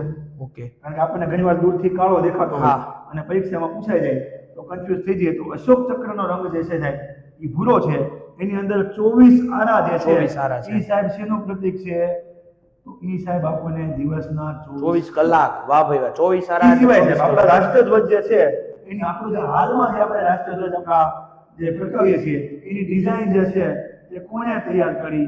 તો ઇંગ્લિશ ઇંગ્લિશ વેંકૈયા. વેંકૈયા જે છે વાહ ભાઈ વાહ. એને સાહેબ કાંઈ આ ઘટે design નહીં. તૈયાર કરી છે. અને સાહેબ ક્યારે આપણે આપણો રાષ્ટ્રધ્વજ સ્વીકાર્યો? સ્વીકાર્યો. બંધારણ સભાએ બરોબર. સ્વીકાર્યો. આપણે બંધારણમાં આપણે તો 22 જુલાઈ 1947 આ ઓકે. દિવસે વાહ આપણે ભાઈ વાહ. આવો પ્રશ્ન પૂછાય હો સાહેબ, ઘણી રાષ્ટ્રધ્વજ જગ્યાએ જે પૂછાય છે. ઘણી બધી વખત આપણને આ પ્રશ્ન પૂછાઈ ગયો છે. તો રાષ્ટ્રધ્વજ આવડી ગયો વિશે સાહેબ, કાંઈ આપણને ઘટે નહીં. ખબર હોવી જ જોઈએ. બરોબર. ઘણું બધું છે સાહેબ હા. રાષ્ટ્રધ્વજ વિશે જાણવા વિશે. હા. બહુ બધું છે પણ અત્યારે સાહેબ આપણી પાસે સમય સમય મર્યાદા ઓછો છે. અને વિદ્યાર્થીઓને આપણે સમજાવવું છે exam વધારે. related જે છે એ આપવાનું છે. એટલે આની અંદર આપણે વધારે કઈ જરૂર નથી. પણ હાલો. એક રંગ પૂછ્યો છે તો આપણને સાહેબ અહીંયા આપણો જવાબ આપણને સફેદ સફેદ રંગ પૂછ્યો છે એટલે આપણને સીધો જવાબ શાંતિ મળી સાહેબ. જાય. ઓકે. વાહ ભાઈ વાહ. આવડી ગયો. છે. બરોબર. જોરદાર, ચાલો. જબરદસ્ત. ચાલો. કાંઈ ઘટે નહીં સાહેબ. આગળ વધીએ સાહેબ. આવો આવી અમારો જ પ્રશ્ન એ છે. હા, ચલો. વૃક્ષોની આસપાસ. ચલો સાહેબ, આ કહી દઉં તમને ક્યાંથી પ્રશ્ન છે. આ પ્રશ્ન છે ને સાહેબ ધોરણ 7. વાહ. ધોરણ 7. મેં હમણાં ભાઈ હું જોઈન નથી આવ્યો, ક્યાંથી હું પ્રશ્ન પૂછાણો. અહીંયા તો ભણાવતા હોય એટલે ખબર હોય. ખ્યાલ હોય. બરાબર. ધોરણ 7 એમાં ચેપ્ટર નંબર છે હમણાં છેલ્લે તે મેં 7મું ચેપ્ટર નંબર 7 પ્રાણીઓમાં અને વનસ્પતિઓમાં વહન. વહન. બરોબર. ચેપ્ટર નંબર 7 છે પ્રાણીઓ અને વનસ્પતિમાં વહન. ત્યાંથી આ પ્રશ્ન કાઢ્યો છે. શું છે સાહેબ? વૃક્ષોની આસપાસ ઠંડકનો અનુભવ. આપણે વૃક્ષોની આસપાસ સાહેબ ઘણી વખત જાય ને તો આપણને ઉપર ટીપા પડતા હોય, ઠંડક જેવું લાગે, છાંયડો એકદમ હોય, મસ્ત. ગરમીમાં જાય એવી ઠંડક. હા. તો ઠંડકનો અનુભવ થાય છે તે વનસ્પતિની કઈ પ્રક્રિયાને આભારી છે? તો અહીંયા સાહેબ તમને 4 ઓપ્શન આપ્યા છે. એક છે શ્વસન. આપણને ખબર છે વનસ્પતિ શ્વસન કરે છે. અહીં તમને સમજાવી દઉં. દિવસ દરમિયાન છે. દિવસે શું લે છે સાહેબ? કાર્બન ડાયોક્સાઇડ લે. શું આપે? ઓક્સિજન આપે. રાત્રિ દરમિયાન રાત્રિએ શું થાય સાહેબ? તો કે રાત્રે છે ઓક્સિજન લે અને કાર્બન ડાયોક્સાઇડ. એટલા માટે જ આપણા વડીલો આપણને કહે કે રાત્રે છે એ તમારે વૃક્ષો નીચે સુવાનું નથી. કારણ કે રાત્રે જો એ શું આપે છે? Carbon dioxide. ચલો સાહેબ, એટલે એનો અર્થ એમ છે કે ઠંડકની આરે આને કઈ લેવા દેવા નથી. આ ઓપ્શન આપણો થઈ ગયો કેન્સલ. ચલો સાહેબ, પછી છે રસારોહણ. બરોબર. આ છે ને કોષની અંદર આવે. રસાંકુરો ને આ બધી છે કોષની બાબતો છે. એટલે આની સાથે કઈ લેવા દેવા છે નહીં. હવે સાહેબ એવું પ્રકાશ સંશ્લેષણ. હવે પ્રકાશ સંશ્લેષણ શું છે? તો કે વનસ્પતિ પોતાનો ખોરાક પોતાની જાતે બનાવે છે. તો વનસ્પતિ પોતાનો ખોરાક પોતાની જાતે બનાવે તો કે વનસ્પતિના પર્ણમાં રહેલા છે હરિત દ્રવ્યો. અને આના લીધે જ તે આપણને પર્ણનો રંગ કેવો દેખાય છે? લીલો દેખાય છે. આના રંજક ગણ છે. હા. અને આ શું કરે સાહેબ? સૂર્યપ્રકાશનું શોષણ કરી શકે. બરોબર. હવે તમે રાત્રે કોકને એમ કહો કે ભાઈ આપણે રાત્રે છે એ વનસ્પતિ ખોરાક બનાવે, ન બનાવે. કે તમે 500 વોલ્ટના 10 સાહેબ બલ્બ મૂકી દો ને હેલોજન, તોય ન બને. કેમ? તો કે એને કુદરતી સૂર્યપ્રકાશ જોઈએ. કુદરતી સૂર્યપ્રકાશ ન હોય તો ખોરાક બનતો નથી. તો અહીંયા સાહેબ દિવસ દરમિયાન જે સૂર્યપ્રકાશનું શોષણ કોના દ્વારા થશે? હરિત દ્રવ્ય દ્વારા થશે. તો આ તો સાહેબ ખોરાક બનાવવાની ક્રિયા છે. કઈ ક્રિયા છે? ખોરાક બનાવવાની ક્રિયા છે. આની સાથે પણ કઈ લેવા દેવા છે અને સીધું ઓપ્શન ઉપરથી ખબર પડે શું આવશે સાહેબ? ઉત્સ્વેદન. અમુક ને એમ થાય સાહેબ ઉત્સ્વેદન તમે કોઈ દી છે ભેણા જ નથી. તો સામાન્ય રીતે એક શબ્દ સાંભળ્યો છે બાષ્પોત્સર્જન. બાષ્પોત્સર્જન. બરાબર. બાષ્પોત્સર્જન એટલે વનસ્પતિ અમુક સમયે છે એની અંદર રહેલા પાણી જે છે એ પર્ણની અંદર છે છિદ્રો આવેલા છે. બરોબર. આ છિદ્રો દ્વારા શું કરે છે? અને પાણીને છોડે છે. કારણ કે દાખલા તરીકે જેટલું પણ પાણી છે એ બધું પાણી જે મૂળમાંથી શોષાણું તો એ બધું પાણી વાપરી નથી નાખવાનું. બરોબર, ખોરાકમાં જેટલી જરૂર હતું એટલું પાણી આપી દીધું પર્ણમાં. હવે પર્ણ બધું પાણી સાચવીને રાખશે નહીં, તો અમુક પાણી જે છે એ શું કરશે, તો કે ભાઈ પર્ણ છિદ્ર જે છિદ્રો છે બરોબર, એ છિદ્રો દ્વારા શું કરશે, બહાર છંટકાવ કરશે. એટલે ઈ શું કર્યું, ઉત્સર્જન કર્યું એને, તો બાષ્પોત્સર્જન છે આ વસ્તુ. તો જે વનસ્પતિ છે એ એના ખોરાક માટે પાણી લે છે, બધું વપરાતું નથી એટલે એનો થોડોક છે બહારની તરફ છંટકાવ કરે છે. તો આ જે ક્રિયા છે સાહેબ એને બાષ્પોત્સર્જન એટલે કે ઉત્સવેદન કહેવાય. હવે વાત પાણીની જ છે સાહેબ, તો અહીંયા શું અનુભવવાની વાત છે, ઠંડક. તો આ કોના કારણે અનુભવાય છે સાહેબ, આ ઉત્સવેદન બાષ્પોત્સર્જનની ક્રિયા દ્વારા. તમે છે ને ઘણી વખત છે કોઈ છોડને છે આમ પ્લાસ્ટિકની કોથળી બાંધી દો ને 2-3 પાંદડા વચ્ચે, અને થોડાક સમય પછી જોવો ને તો એમાં પાણીના ટીપા છે, પાણીના ટીપા પડેલા તમને દેખાય. કેમ સાહેબ, તો એની અંદર બાષ્પોત્સર્જનની ક્રિયા થાય. સાચી વાત છે. બરોબર છે, એટલા માટે છે અહીંયા ઠંડક આપણને અનુભવ. તો સાહેબ આપણો જવાબ શું રહેશે અહીંયા, ઉત્સવેદન. વાહ સાહેબ, એકદમ સહેલું વસ્તુ એકદમ કાંઈ. સરળ. અને હવે જો સાહેબ ઉપર છે, કોઈ દી ભૂલાય નહીં હા. એવું સમજાવું એમ. ઉપર છે પાણી ઘીટું, દાખલા તરીકે પાણી બધું બહાર વયું ગયું, ઉપર પાણી ઘીટું હોય કારણ કે વધારાનું પાણી બહાર વયું ગયું. જ્યારે પાછો ખોરાક બનાવ્યો હશે ત્યારે પાછું પાણી મૂળમાંથી થઈને ક્યાં આવશે, ઉપર. પાંદડા સુધી. હા, તો એના માટે પણ કોણ જવાબદાર છે, બાષ્પોત્સર્જન જવાબદાર છે. તો આવી વસ્તુ છે યાદ રાખવાની છે. તો તમારો ક્વેશ્ચન નંબર 8 ની અંદર જવાબ આવે છે ઉત્સવેદન સાહેબ. અને જો સાહેબ ક્યાંયથી નથી, ધોરણ 7 હું તમને આના પ્રશ્ન કહેતો જાઉં ક્યાંથી છે ઈ. હા ચાલો સાહેબ, હાલો સાહેબ તમારે. ચાલો, બંધારણમાં આગળ વધવાનું છે. પ્રશ્ન છે, ભારતના બંધારણના કયા ભાગમાં ભારતની સંસદ વિશે વર્ણન કરવામાં આવ્યું છે? બરોબર, તો આપણને ઓપ્શન જ ગોતવાના છે ડાયરેક્ટ કે સંસદનું જોગવાઈ ક્યાંથી ક્યાં સુધી કરવામાં આવી છે. તો સૌથી પહેલા આપણને ખબર છે કે ભાઈ ભારતના બંધારણની અંદર બંધારણમાં કુલ કેટલા ભાગ છે ભાઈ? તો બંધારણની અંદર હાલમાં સાહેબ 25 ભાગ છે. મૂળ બંધારણમાં આપણને ખબર છે કે મૂળ બંધારણમાં 22 ભાગ હતા. Okay. એમાંથી મહત્વના જે ભાગો છે એના નામ આપણને ખબર હોવી જોઈએ. ચાલો, અહીંયા ભાગ નંબર 4 છે. તો ભાગ નંબર 4 નું નામ આપણને ખબર હશે, ડીપીએસપી, રાજ્ય નીતિના માર્ગદર્શક સિદ્ધાંતો. અંગ્રેજીમાં એને directive principle to state policy એવું કહેવાય. બરોબર, ભાગ 4 ક જે છે ઈ સાહેબ છે મૂળભૂત ફરજો. મૂળભૂત ફરજો. ફરજો છે સાહેબ, અધિકાર નથી. ઓકે, હા. બરોબર, ભાગ 5 જે છે સાહેબ એનું નામ છે સંઘ. સંઘ. અને ભાગ 6 નું નામ જે છે સાહેબ રાજ્ય. એ શું છે? રાજ્ય. સંઘ એટલે સાહેબ કેન્દ્ર ને. કેન્દ્ર. ઓકે. હવે જો આપણને પ્રશ્ન શું પૂછ્યો છે કે સંસદ વિશે. સંસદ. ઓકે. સંસદ સાહેબ કોનો ભાગ છે? સંઘનો. સંઘનો વાહ ભાગ ભાઈ છે. વાહ, રેડી એટલે સાહેબ. આપણને ડાયરેક્ટ સીધો જવાબ મળી જાય કે કાંઈ આપણો ઘટે જે નહીં હો સાહેબ. જવાબ છે એ શેમાં આવશે? ભાગ નંબર 5 ની અંદર જે છે એ આવશે. આવશે. વાહ ભાઈ વાહ, આપણને કાંઈ ઘટે નહીં. ખબર પડી જવી જોઈએ કે સંસદ જે છે એ આગળના લેક્ચરમાં જ આપણે વાત કરી આગળના, કે હા. સંસદના અંગો કેટલા છે? 3 ત્રણ. હોય. રાષ્ટ્રપતિ છે, ઉપલું ગૃહ જે છે એ રાજ્યસભા છે, અને નીચલું ગૃહ જે છે એ લોકસભા છે. Done. અને જોગવાઈ જે છે એ ક્યાંથી છે? ભાગ નંબર 5 માં. અને ભાગ 5 જે છે સાહેબ, બરોબર, ભાગ 5 જે છે એ અનુચ્છેદ 52 થી લઈ અને 151 સુધી છે. ઓહો સાહેબ, આખે અને આખી એની બહુ અંદર જે બધું છે છે તેમ.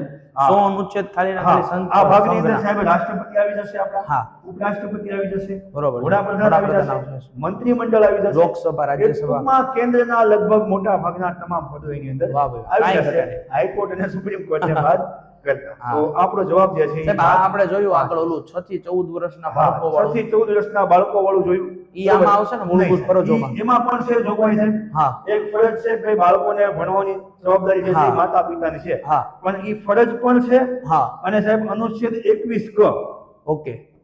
ની અંદર અધિકાર પણ છે. વાહ ભાઈ અને વાહ. અધિકાર અને ફરજમાં સાહેબ શું ફરક હોય? અધિકાર જે છે એ જ્યારે તમને ન મળે હા, ત્યારે તમે એની હા. સામે કોર્ટમાં જઈ શકો વાહ ભાઈ છો. વાહ. પણ ફરજો કેવી છે કે એનું તમારે પાલન કરવું પડે. હા, એ અને ફરજિયાત તમે પાલન ન કરો તો એના માટે કોઈ કાયદાકીય સજા. કાયદાકીય સજા છે નહીં. નહીં. પણ અહીંયા તમને ન મળે તો તમે એના વિશે વિરુદ્ધમાં કોર્ટમાં રીટ ટૂંકમાં પણ વિદ્યાર્થી દાખલ મિત્રો જો કરી આની શકો. અંદરથી એક ને એક વાતમાંથી તમને બીજી હા, વાત બીજી જાણવા વાત મળે. તમને એટલે ટૂંકમાં આપણે અહીંયાથી પતાવી દેવાની વાત છે નહીં. નહીં, બરોબર. બરોબર, એટલે ખાસ આ બધી બરોબર. મહેનત તમારા માટે છે. તમારા માટે. કાલે જ તમને વાત કરી એમાં અમે એક જણા નથી કરતા, અમારી પાછળ આખી ટીમ કામ કરે છે. ટીમ કામ કરે છે. બરોબર, અમે બંને છે એ આખો દિવસ એજ્યુકેશનના ફિલ્ડમાં હોઈએ છીએ, પણ અમારી સાથે બીજા લોકો છે તો એમની મહેનત તમને જો ધ્યાનમાં આવે ને તો તમારે મોટા ઉપાડે શેર કરી શેર દેવાનું કરવાનું છે. છે અને તગારા બરોબર? ભરીને હા. પછી હા હાલે આવવાનું છે બીજી જગ્યાએ. હાલે આવવાનું છે બરોબર છે મસ્ત ચાલો. મજાનું શેર કરી દો વિડીયોને લાઈક કરી આશા દો રાખીએ છીએ કે સાહેબ વિદ્યાર્થીને લગભગ સમજાતું હોય બધુંય. ક્લિયર કટ સમજાતું હશે કારણ કે આપણે આમાં કોઈ જાતનું કાંઈ હા, બાકી રાખતા નથી. વધારે ઊંડાણપૂર્વક અત્યારે લઈ પણ ન શકાય કારણ કે હા. આપણી પાસે સમય મર્યાદા પણ તોય સાહેબ જે તે પ્રશ્ન પ્રમાણે તો ઓકે પ્રશ્ન જ છે પ્રમાણે આપણે કમ્પ્લીટ લઈ લઈએ છીએ એટલે ખાસ કરીને બધા છે એમને પ્રેમ આપજો સહકાર આપજો સહકાર આપવાની બરોબર જરૂર હા છે. હાલો સાહેબ. એટલે આવું તો લાવતા રહેશું અમે હા લાવતા જઈશું. તો અમે લાવતા રહેશું સાહેબ ચાલો મારો પ્રશ્ન છે હાજી સાહેબ, સાહેબ. એકદમ મસ્ત પ્રશ્ન કાંઈ ઘટે નહીં આવા પ્રશ્ન છે ને સાહેબ પૂછાય ને આ હકીકતે ધોરણ 8 માં એક પ્રશ્ન જૂના કોર્સમાં છે ને આ આવતું ધોરણ 8 ના જૂના જૂના કોર્સમાં. કોર્સમાં, બરોબર. હા પણ આ પ્રશ્ન PYQ છે અગાઉની પરીક્ષાઓમાં ટેટમાં પૂછાઈ ગયો છે સપ્તર્ષિ તારાજૂથ હવે આપણને ખબર પડે સપ્તર્ષિ એટલે કેટલા હોય છે 7 હોય વાત પૂરી થઈ ગઈ સપ્તર્ષિ તારાજૂથના તારાઓમાં કોનો સમાવેશ થતો નથી છેલ્લે વાંચવાનું બરાબર છે. નગર કોનો સમાવેશ થતો હા મરીજી પણ નીચે જો વશિષ્ઠ છે અત્રિ છે આ બંને છે જ એમાં બરોબર તો કોનો સમાવેશ થતો નથી એની વાત છે ચલો સાહેબ આ 4 ઓપ્શન છોકરાઓને મેં પેલા આપ્યા છે તો એની પેલા નેક્સ્ટ સ્લાઇડ ઉપર મેં છે ને એના માટે ચિત્રો રાખ્યા છે વાહ બરોબર સાહેબ જબરદસ્ત. જો અહીંયાથી શરૂ કરો ક્રતુ પુલહત્ય અત્રિ અંગિરસ બરોબર વશિષ્ઠ અને ભૃગુ બરોબર આજે છે ને અરુંધતી આને આપણે છે લઈએ છીએ પણ આપણે સપ્તર્ષિમાં આ સાતને મુખ્યત્વે આપણે કરીએ છીએ તો અહીંયા સાહેબ જોવો તો ક્રતુ છે પુલસત્ય છે અત્રિ છે અંગિરસ છે વશિષ્ઠ છે અને ભૃગુ છે સાહેબ આમાં કયો એક નથી એમ કીધું જ તમને સીધો જવાબ આવે દધીચી સાહેબ, હા, બધું આવી ગયું સાહેબ દધીચી છે ને આ અમદાવાદમાં આવેલો હા અમદાવાદમાં આનો એક પુલ છે અમદાવાદમાં ઋષિ દધીચી પુલ હા સાહેબ આની તો કથા બહુ સરસ છે આપણે વિજ્ઞાન ભણાવું બાકી તો હું કહેતાની કથા બરોબર ઇન્દ્રદેવને જાંઘનું આટકું આપ્યું હતું આમણે વજ્રાસન બનાવવાના વજ્ર બનાવવા હા વજ્ર બનાવવા માટે અમને જાંઘનું આટકું આપેલું સાહેબ હા. અને ઋષિ દધીચી પુલ આવેલો અમદાવાદ અને સૌથી મોટો બોલો પહોળો પુલ છે સૌથી પહોળો પુલ છે અમદાવાદનો સૌથી હા પહોળો સાહેબ આપણે વિજ્ઞાન ને બંધારણ ભણે હવે ભૂગોળ આવી ગયો આપણે જીકે આવી ગયું પણ આ તો વાત છે એટલે યાદ રાખજો ભાઈ આની અંદર ઋષિ દધીચી આવતું નથી PYQ જ છે એટલે મેં લીધેલો છે આ. બરાબર બરોબર છે એટલે ક્રતુ છે પુલહ છે પુલસત્ય છે વશિષ્ઠ છે અત્રિ છે મરીચી છે ભૃગુ છે આ બધા આવે આવે. દધીચી આવતું નથી. નથી તો ઋષિ દધીચી બહુ મહાન સંત છે બહુ મહાન મહર્ષિ આ તો છે સાહેબ ખરેખર આ હા. બધા ઋષિના નામ પરથી જ આ છે ને? ઋષિના નામ હા યસ બરોબર ને? યસ આ બધા જે સપ્તર્ષિ છે ને આ ઋષિના નામ હા. પરથી જ છે ઋષિના નામ સપ્તર્ષિ, હા. 7 ઋષિ એના ઉપર ઋષિના નામ પરથી સપ્તર્ષિ પરથી મને ખબર પડી હોય છે બાકી મને ખબર હા નથી. સપ્તર્ષિ એટલે 7 ઋષિના નામ પરથી 7 સાચી ઋષિના નામ પરથી આ સાતે સાત ઋષિ છે આ સાતે સાત ઋષિની વાત છે તો આપણો જવાબ સાહેબ અહીંયા છે દધીચી. દધીચી. નથી એટલા માટે. હા ઈ નથી એટલા માટે આ મેં છોકરાઓને કીધું એમ આ વસ્તુ એટલી યાદ રાખે એટલે ડન થઈ ગયું. સરસ. પણ અમુક વસ્તુ એવી હોય કે આપણે એને સાબિતી આપવી જ પડે સાબિતી કે આપવી તમે આ પડે. જોવો એમ નકર જોવો. એમ કે સાહેબ તમે કોને જેથી કરીને કીધું મગજમાં વધારે ક્લિયર થાય બરોબર ને? હા એમ છે ડન છે સાહેબ ચાલો, તમારો પ્રશ્ન આવી ગયો છે ચાલો બંધારણમાં આપણે આગળ જોયું એમ હવે આમાં પ્રશ્ન વાંચવાનો છે કે ભાઈ બંધારણ સભામાં ઉદ્દેશ્ય પ્રસ્તાવ કોણે રજૂ કર્યો તો સૌથી પહેલા સાહેબ આપણને ખબર હોવી જોઈએ બંધારણ સભાની રચના કઈ રીતે થઈ વિચાર કોને આવ્યો તો આમ ગણીએ તો બંધારણનો સૌપ્રથમ વિચાર જે છે સાહેબ એ વર્ષ 1895 ની અંદર લોકમાન્ય તિલક વાહ ભાઈ વાહ એ સિવાય સાહેબ વર્ષ 1922 ની અંદર આપણા રાષ્ટ્રપિતા મહાત્મા ગાંધીજીને પણ વિચાર આવ્યો હતો. બરોબર પણ વર્ષ 1934 ની અંદર ઔપચારિક રીતે બંધારણ સભાનો વિચાર જો કોઈ રજૂ કર્યો હોય છે તો એ વ્યક્તિ હતા M N N Roy. Roy વાહ, માનવેન્દ્રનાથ રોય અને માનવેન્દ્રનાથ. પછી સાહેબ વર્ષ 1935 ની અંદર INC ઇન્ડિયન નેશનલ કોંગ્રેસ દ્વારા ઔપચારિક રીતે સાહેબ એને સ્વીકારવામાં આવ્યું કે વાહ, આપણે વાહ. બંધારણ સભા જેવું કઈ બનાવવું હોવું જોઈએ. જોઈએ ઓકે, અને એ પછી સાહેબ બંધારણ સભાની અલગ અલગ કન્ડિશનોના આધારે બંધારણ સભાની રચના થઈ Done છે, વર્ષ 1946 ની અંદર સાહેબ કેબિનેટ મિશન આવે છે અને કેબિનેટ મિશન અંતર્ગત આપણે બંધારણ સભા બનાવીએ છીએ અને બંધારણ સભાની બેઠકો જે છે એ મળે છે તો સૌપ્રથમ બેઠક જે છે સાહેબ એ 9 ડિસેમ્બરના રોજ મળે છે 9 ડિસેમ્બર 9 ડિસેમ્બર 1946 વાહ ભાઈ વાહ પહેલી બેઠક મળે અને પહેલી બેઠકમાં સાહેબ શું કામ થાય તો પહેલી બેઠકમાં સાહેબ અધ્યક્ષ નિમણૂક કરવાના થાય અધ્યક્ષની બરોબર નિમણૂક. પણ અહીંયા જે અધ્યક્ષ છે સાહેબ એ કેવા હશે અસ્થાયી. અસ્થાયી છે કાર્યકારી. કાયમી અધ્યક્ષ નથી ઓકે. કાર્યકારી છે કઈ રીતે એને નિમણૂક કરવાની છે તો આપણને ખબર છે સાહેબ કે આપણે આપણા દેશનું બંધારણ બનાવ્યું એમાં લગભગ સાહેબ 60 જેટલા દેશોના બંધારણનો અભ્યાસ કર્યો. ઓહો 60 દેશો બરોબર અને એમાં સાહેબ ફ્રેન્ચ બંધારણ જે છે સાહેબ, બરોબર, ફ્રેન્ચ. ફ્રેન્ચ બંધારણમાં એવી પ્રથા છે કે જ્યારે એની બેઠક મળે ત્યારે પ્રથમ અધ્યક્ષતા જે છે એ સૌથી વરિષ્ઠ વ્યક્તિ હોય ને એ ઓકે કરે. ડન, સમજી ગયો સાહેબ. હાલો બરોબર, રેડી. એટલે અસ્થાયી અધ્યક્ષ જે છે સાહેબ કોણ હતા? ડોક્ટર સચ્ચિદાનંદ સિન્હા. સિન્હા.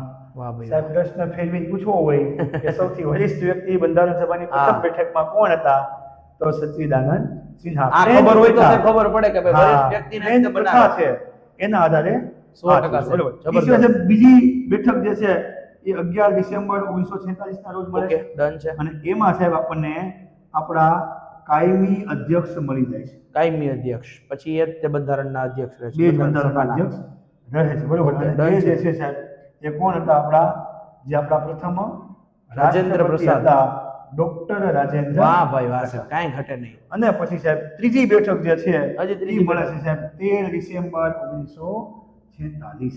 ઓકે અને 13 ડિસેમ્બર 1946 ના રોજ જવાહરલાલ નહેરુ દ્વારા બંધારણ સભામાં સાહેબ શું રજૂ કરવામાં આવે છે? ઉદ્દેશ્ય પ્રસ્તાવ. ઉદ્દેશ્ય વાહ, પ્રસ્તાવ રજૂ મસ્ત કરવામાં પ્રશ્ન છે આવે છે. અને એ ઉદ્દેશ્ય પ્રસ્તાવ જે છે એ આગળ જતા સાહેબ આપણા બંધારણનું શું બને છે? આમુખ બને છે. ઓકે સાહેબ, આમુખ જે આપણે આમુખ ભણીએ છીએ પ્રસ્તાવના બને છે, બરોબર? હા, ઈ આ છે આપણું આમુખ. હા, વાહ આમુખ. ભાઈ વાહ સાહેબ, કાંઈ ઘટે નહીં. આ જે છે એ આપણું બંધારણ છે. આનું ભણવા જઈએ તો સાહેબ 2-3 કલાક પણ ઓછી ઓછી પડે. પડે, હા. અને આપણે અહીંયા પ્રશ્નને રિલેટેડ જે છે એ માત્ર માહિતી વિદ્યાર્થી કાંઈ ઘટે નહીં સાહેબ, આપી. જબરદસ્ત બરોબર. સાહેબ. જો તમને એકની વાત કીધી હતી ને અહીંયા હા. 7-8 વસ્તુ તમને 7-8 સાહેબે વસ્તુ વિદ્યાર્થીને સમજાવી, બરોબર? જાણવા મળે. એટલે ટૂંકમાં તમારા માટે જ છે, શેર કરી દેજો. વારે વારે હા, અમારે વારે કેવું ન વારે પડે. કેવું ન પડે. ચેનલમાં છે તમને મજા આવતી હોય મજા સબસ્ક્રાઇબ કરી નાખજો, બરોબર છે? અમે બરાબર. વિદ્યાર્થીઓ માટે જ આવ્યા છીએ. લાઈક અને શેર સાહેબ આ આ બધું ગોખવી કરવાનું. પડતી નથી. હા. ક્રમ બાય ક્રમ છે એટલે વિદ્યાર્થીને ગોખવું યાદ નથી રહે. પડતું. 100%. યાદ રહી જાય છે, બરોબર? 100% સાહેબ, આવો. ચાલો આગળ વધશું ને સાહેબ. 100% આવો સાહેબ. દડબડાટી ચાલુ આ છે સાહેબ. સાહેબ મસ્ત પ્રશ્ન, કાંઈ ઘટે નહીં. વાહ. નીચે પૈકી કોણ માનવ શરીરના પાયાનો એકમ છે સાહેબ? બરોબર. આમાં અમુક ગોથા ખાઈ જાય, ઓપ્શન જોઈને જ ગોથા ખાઈ જાય. સાહેબ મને આવડે છે માનવ શરીરનો પાયાનો એકમ કોણ છે ને ઈ, પણ આમાં જ મને કે દેખાતું જ નથી કે. બરાબર. તમારે શું કરવાનું? તો તમને એક ત્રીજો ઓપ્શન, ચોથો ઓપ્શન એ આપ્યો, જોવો. એક પણ નહીં. હા, તો તમને પહેલા સમજાવી દઉં. માનવ શરીરના પાયાનો એકમ છે ને સાહેબ, કોષ છે. કોષ છે, બરોબર. કોણ છે? કોષ છે. કોષ ભેગા તો અહીંયા તો થઈને ક્યાંય પેશી બને, બરોબર. અહીંયા ક્યાંય તો છે જ નહીં સાહેબ કોષ. તો અહીંયા જવાબ આવશે એક પણ નહીં. વાહ, અમુક કે સાહેબ. સાહેબ કોષ ભેગા થઈને પેશી બને તેને બનાવી નાખે. અરે નો હાલે એમ. બરોબર. બરોબર છે? પાયાનો એકમ નથી, કારણ કે કોષો કોષ. ભેગા થઈને શું બને? પેશી. પેશી બને. સાહેબ કોષ વિશે છોકરાઓને નાની એમથી ટચુકડી વાત કરી દઈએ હા, ખાલી. કરી દીધું. દાખલા તરીકે આ મારો કોષ છે. કોષના અંદર અહીંયા મધ્યમાં અંદર એક બિંદુ રહેલું છે અને એની આસપાસ એક આવી રીતે તરલ રહેલું છે. ઈસવીસન 1665 માં સાહેબ, ક્યારે? કોષની વાત કરું છું અહીંયા. કોષ ઈસવીસન 1665 માં એક વૈજ્ઞાનિક છે રોબર્ટ હુક. કોણ છે? Robert Hooke. આ રોબર્ટ હુક છે ને એ શું કરે છે? ઓક નામની વનસ્પતિ, જેનો ગુજરાતી અર્થ થાય બૂચ સાહેબ. આપણે ઈ અર્થ લેવાનો નથી. એટલે બૂચ નામની વનસ્પતિ છે એનો આડછેદ લે છે અને એની અંદર એને જોવા મળે છે મધપૂડાના ખાના જેવી રચના. મધપૂડાના ખાના જેવી રચના. ખાના જેવી રચના જોવા મળે છે. આ મધપૂડાના ખાના જેવી જે રચના જોવા મળે છે દરેકને એને ઓરડો કીધો છે. શું કીધું? ઓરડો. અને આ સેલ છે ને સાહેબ, આ સેલને આપણે ઇંગ્લિશ, આ જે કોષ છે ને આપણે ઇંગ્લિશમાં કહીએ છીએ સેલ. આ શબ્દ ક્યાંથી આવ્યો? લેટિન શબ્દ સેલ્યુલા પરથી. લેટિન શબ્દ સેલ્યુલા. અને આ સેલ્યુલાનો અર્થ થાય સાહેબ ઓરડો. એટલા માટે આપણે અહીંયા કોષને શું કહીએ છીએ? સેલ કહીએ છીએ. સાહેબ અહીંયા જે આ મધ્યના ભાગમાં છે ને આને કોષ કેન્દ્ર બોલાય. શું બોલાય? કોષ કેન્દ્ર. ઈસવીસન 1674 ની સાલમાં લ્યુવન હોક આવ્યો. લ્યુવન હોક. કોષ કેન્દ્રની હા, શોધ કરી. કોષ બરોબર. કેન્દ્રની શોધ કરી. અને ક્યાંય શોધ કરી? કોષ કેન્દ્ર. પછી એની આસપાસ જે ભાગ તરલ ભાગ છે એને કહેવાય કોષ રસ સાહેબ. શું કહેવાય? કોષ રસ. હવે ટેટ વાળા છે અને વિજ્ઞાન કઈ હશે તો સારું પૂછાઈ જાય તો યાદ રાખજો, કોષ રસને જીવરસ પણ કહેવાય. જીવરસ કહેવાય એમ ને? જીવરસ પણ કહેવાય. હા. અને અહીંયા જે આ બહારની બાજુએ તમને જે આવરણ જેવું દેખાય છે બહારનું, આ જે છે એ કોષ રસ પટલ છે. કોષ રસ પટલ. અને આ કોષ રસ પટલ છે સાહેબ એને પ્રવેશશીલ પસંદગીમાન પટલ પણ કહેવાય. આને છે ને પ્રવેશશીલ પસંદગીમાન પટલ. સાહેબ કેમ આને એવું કહેવાય?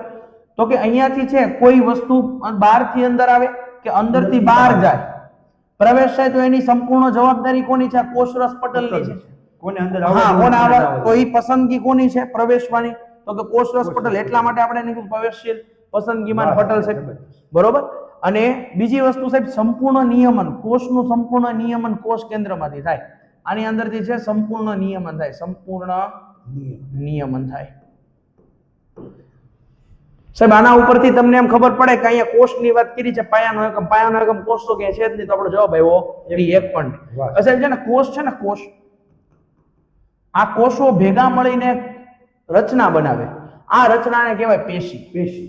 હા, પેશી ભેગી થઈને શું બનાવે? તો કે કોઈ એક અંગ બનાવે. અંગ ભેગા થઈને અંગતંત્ર બનાવે, અંગતંત્ર.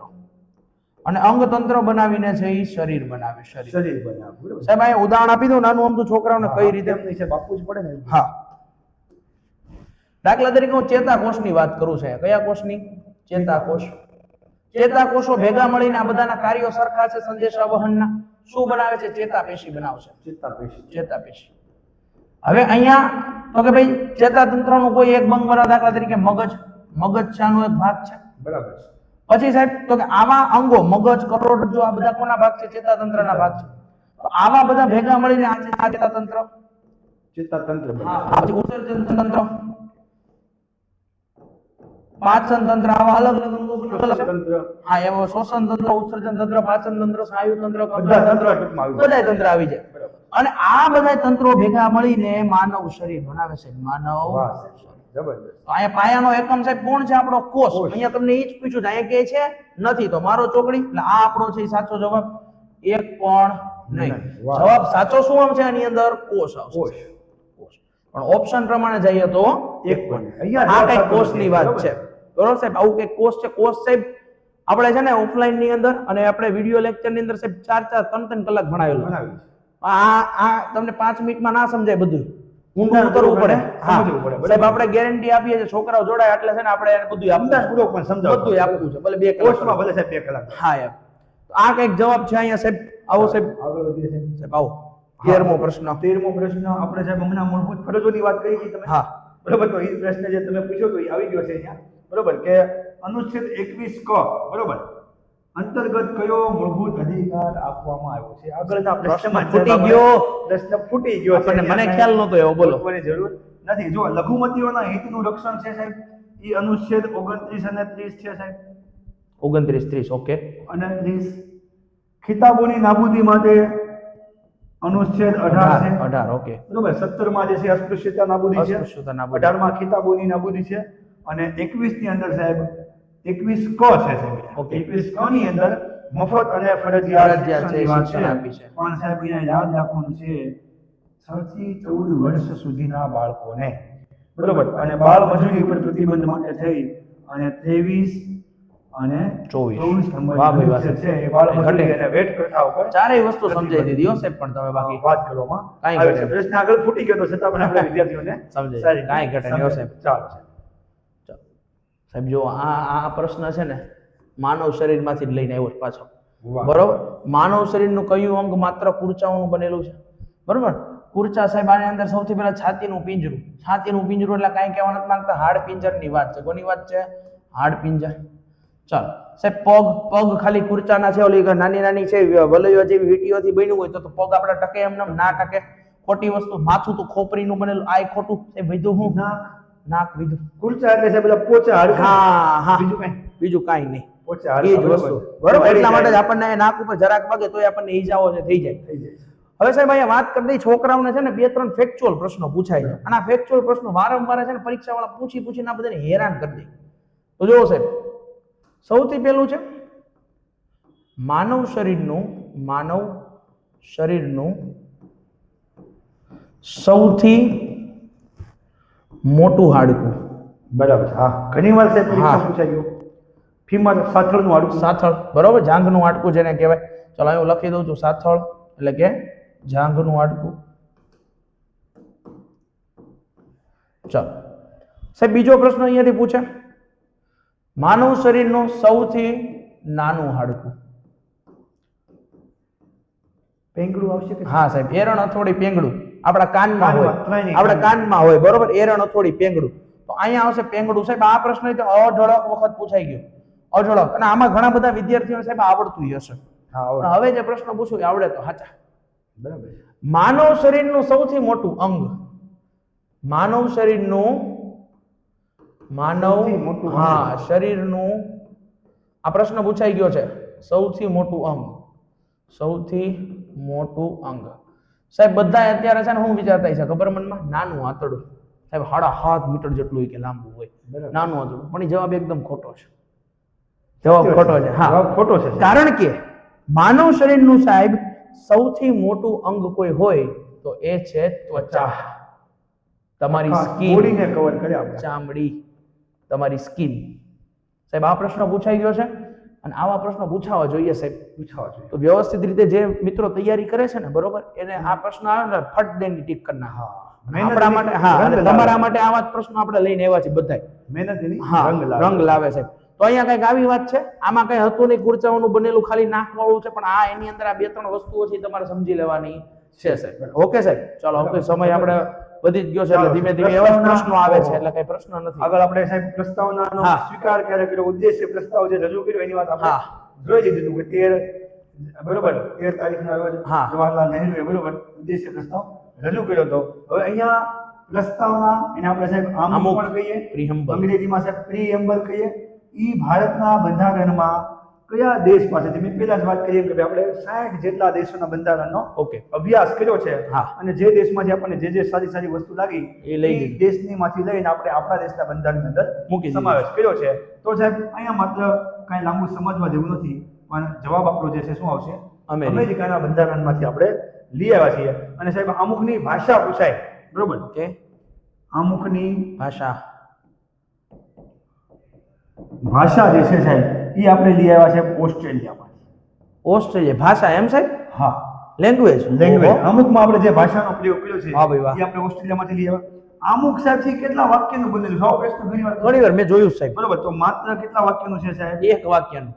એક વાક્યનું વાહ છે. ભાઈ વાહ. અને અમુકમાં સાહેબ સુધારા કેટલી વખત થયા? તો સુધારા પણ માત્ર એક જ વખત ઓકે. થયો છે. એ પણ ઘણી વખત પૂછાય જાય પૂછાઈ છે. બરોબર, ગયું તો એ આપણને ખબર હોવી જોઈએ. એ સિવાય ઘણી બધી બાબતો સાહેબ અમુકની અંદર છે. ઓકે. તો એ અત્યારે સમજવા બે છે ભાઈ કેટલા પ્રકારના ન્યાયની વાત છે, કેટલા પ્રકારના સમાનતાની વાત છે, કેટલા પ્રકારની સ્વતંત્રતાની વાત છે. બરોબર એ બધું સાહેબ આપણે જોવા બઈએ બહુ લાંબુ તો થઈ જાય. બહુ લાંબુ થઈ જાય. અત્યારે અમારે માત્ર જરૂરી અમુકનો છે જ સાહેબ એક વિડીયો બની જાય. હા. બરોબર, એટલું બધું લાંબુ અમુકની અંદર આપણે આપશું આવે સાહેબ, છે. છોકરાઓને પણ એ આપશું. આપણે આપવાનું છે, પણ અત્યારે સાહેબ આપણે ટૂંકમાં Done છે બતાવવાનું છે, સાહેબ. એટલે માત્ર વાહ, યાદ વાહ. રાખવાનું છે ભાઈ અમેરિકા જે છે સાહેબ શું આવશે? સાચો જવાબ આવશે. ઓકે, ચાલો. ડન છે. આ ફ્રાન્સનું તો સાહેબ તમે કીધું ને ઓલું. હા, ફ્રેન્ચ પદ્ધતિમાંથી હા. આપણે લઈ આવ્યા હતા કે ભાઈ વરિષ્ઠ વ્યક્તિની નિમણૂક કરવાની ઘણી બધી વસ્તુઓ લીધી છે. ઓકે. સાહેબ સાહેબ આ આપણે ઊંડાણપૂર્વક એની લાક્ષણિકતાઓ 100% જોઈએ ત્યારે આપણને ત્યારે વધારે ખ્યાલ આવે. બરોબર છે સાહેબ, હૃદયના ધબકારા નિયમન માટે મારું હોવું જરૂરી છે. હકીકતે પ્રશ્ન એવું હતો, મને ઓળખો. બરાબર. આવા પ્રશ્નો સાહેબ પૂછાય છે હો ટેટ 1 માં. કારણ કે નાના છોકરાઓને આ જ બધું કરવાનું, મને ઓળખો ને હું કોણ છું ને આ કોણ થાય. તો અહીંયા એવું છે, મને ઓળખો, હૃદયના ધબકારાના નિયમન માટે મારું હોવું જરૂરી છે. હૃદયના ધબકારા સાહેબ આપણે વાત કરી લઈએ. હૃદય છે ને, હૃદય, માનવ હૃદય, આ માનવ હૃદય છે ચતુષ્ખંડી છે. કેવું છે સાહેબ? ચતુષ્ખંડી. આની અંદર 4 ખંડ આવેલા છે. એટલે ચતુષ્કોણ. હા, એટલા માટે ચતુષ્ખંડી. આની અંદર છે, દાખલા તરીકે હું તમને અત્યારે ખાલી એમને વાત કરી દઉં, આ હું હૃદય, કારણ કે દોરવા જશું તો લાંબો સમય થઈ જશે. આ 4 ખંડ છે. ઉપરના બંને છે કર્ણકો કહેવાય. શું કહેવાય છે? કર્ણકો. નીચેના બંને છે એ કહેવાય ક્ષેપકો. જો કેટલા ખંડ થયા? પહેલો, બીજો, ત્રીજો અને ચોથો. સાહેબ અહીંયા ધબકારાની વાત કરી છે, ધબકારા હોવા જરૂરી છે. તો ધબકારા કોને કહેવાય? તો કે એક વખત હૃદયનું સંકોચ આવવું અને એક વખત વિકોચ આવવું, એટલે સંકોચન વિકોચન અને એક ધબકારો કહેવાય છે. તો આની અંદરથી કેવા પ્રશ્નો અગાઉ પૂછાઈ ગયા એની વાત કરી લઈએ થોડી. તો સામાન્ય સ્થિતિમાં ધબકારા, સામાન્ય સ્થિતિમાં ધબકારા સાહેબ. તો સામાન્ય સ્થિતિ હોય ને કોઈ વ્યક્તિની, દાખલા તરીકે કોઈ વ્યક્તિ બેઠો છે, આરામ કરે છે, ત્યારે એના ધબકારા હોય છે 72 થી 75, 72 થી 75 પ્રતિ મિનિટ. હા, 1 મિનિટમાં 72 થી 75. બીજી વખતે સાહેબ, હવે કોઈ ભારે શ્રમ કરીને, ભારે શ્રમ કરીને, ભારે શ્રમ કરીને એટલે કે અત્યારે પીએસસી ની નાનથી પરીક્ષા ચાલુ, દોડવા ગયો હોય કે વજન ઉપાડ્યો હોય, તો એ પછી છે આપણા ધબકારાની સંખ્યા વધી જાય છે, કારણ કે શ્વસન દર પણ કેવો થઈ ગયો હોય, વધી ગયો, તો એ થઈ જાય 100 ધબકારા પ્રતિ મિનિટ. અને એક પ્રશ્ન આ લોકોની પરીક્ષામાં પૂછાય એવો છે કે નવજાત શિશુ છે એટલે કે તાજું જન્મેલું બાળક, એના ધબકારા કેટલા? હા તાજું જન્મેલું બાળક, આ તાજું જન્મેલું બાળક છે એ સૌથી વધારે અગત્યનું છે. અને આના ધબકારા છે 140 પર મિનિટ. કેમ સાહેબ આના કેમ એટલા બધા વધારે? એને તો કઈ કરવાનું નથી, તો કે અત્યાર સુધી ક્યાં હતું? માતાના ગર્ભની અંદર હતું, તો એને સીધો શ્વસન તંત્ર છે, એ શ્વસન તંત્ર કોના દ્વારા શ્વાસ લેવાનો થતો હતો? માતાના ગર્ભ દ્વારા. પણ હવે બહારના વાતાવરણમાં એવું છે તો અનુકૂલન સાધતા વાર લાગે, બરાબર છે. એટલા માટે એટલું છે. તો સાહેબ ધબકારાની આ વાત થઈ. આ માપવા માટે આપણે સ્ટેથોસ્કોપ વાપરીએ છીએ. સ્ટેથોસ્કોપ, આની અંદર 2 ઇયરપીસ હોય, ઇયરપીસ અને એક ચેસ્ટ પીસ હોય, એક હોય ચેસ્ટ પીસ. ઇયરપીસ એટલે સાહેબ બોલા ડોક્ટર અહીંયા કાનમાં નાખે, અને ચેસ્ટ પીસ એટલે તમારે અહીંયા ધબકારા જોવે. બરાબર, આ પ્રશ્ન પૂછાઈ ગયો છે સાહેબ. હા, તો અહીંયા કીધું છે ધબકારાના નિયમન માટે હોવું જરૂરી છે. તો જો સાહેબ મેગ્નેશિયમ છે તો કે નહીં, ફોસ્ફરસ તો કે હા, પોટેશિયમ તો કે હા. તો સાહેબ મારો જવાબ શું થયો અહીંયા? બી અને સી. અમુક તો શું કરે ખબર છે સાહેબ, આ મેં એટલે જ લીધો આ પ્રશ્ન, ફોસ્ફરસ. હા રેડી, હાલો આગળ.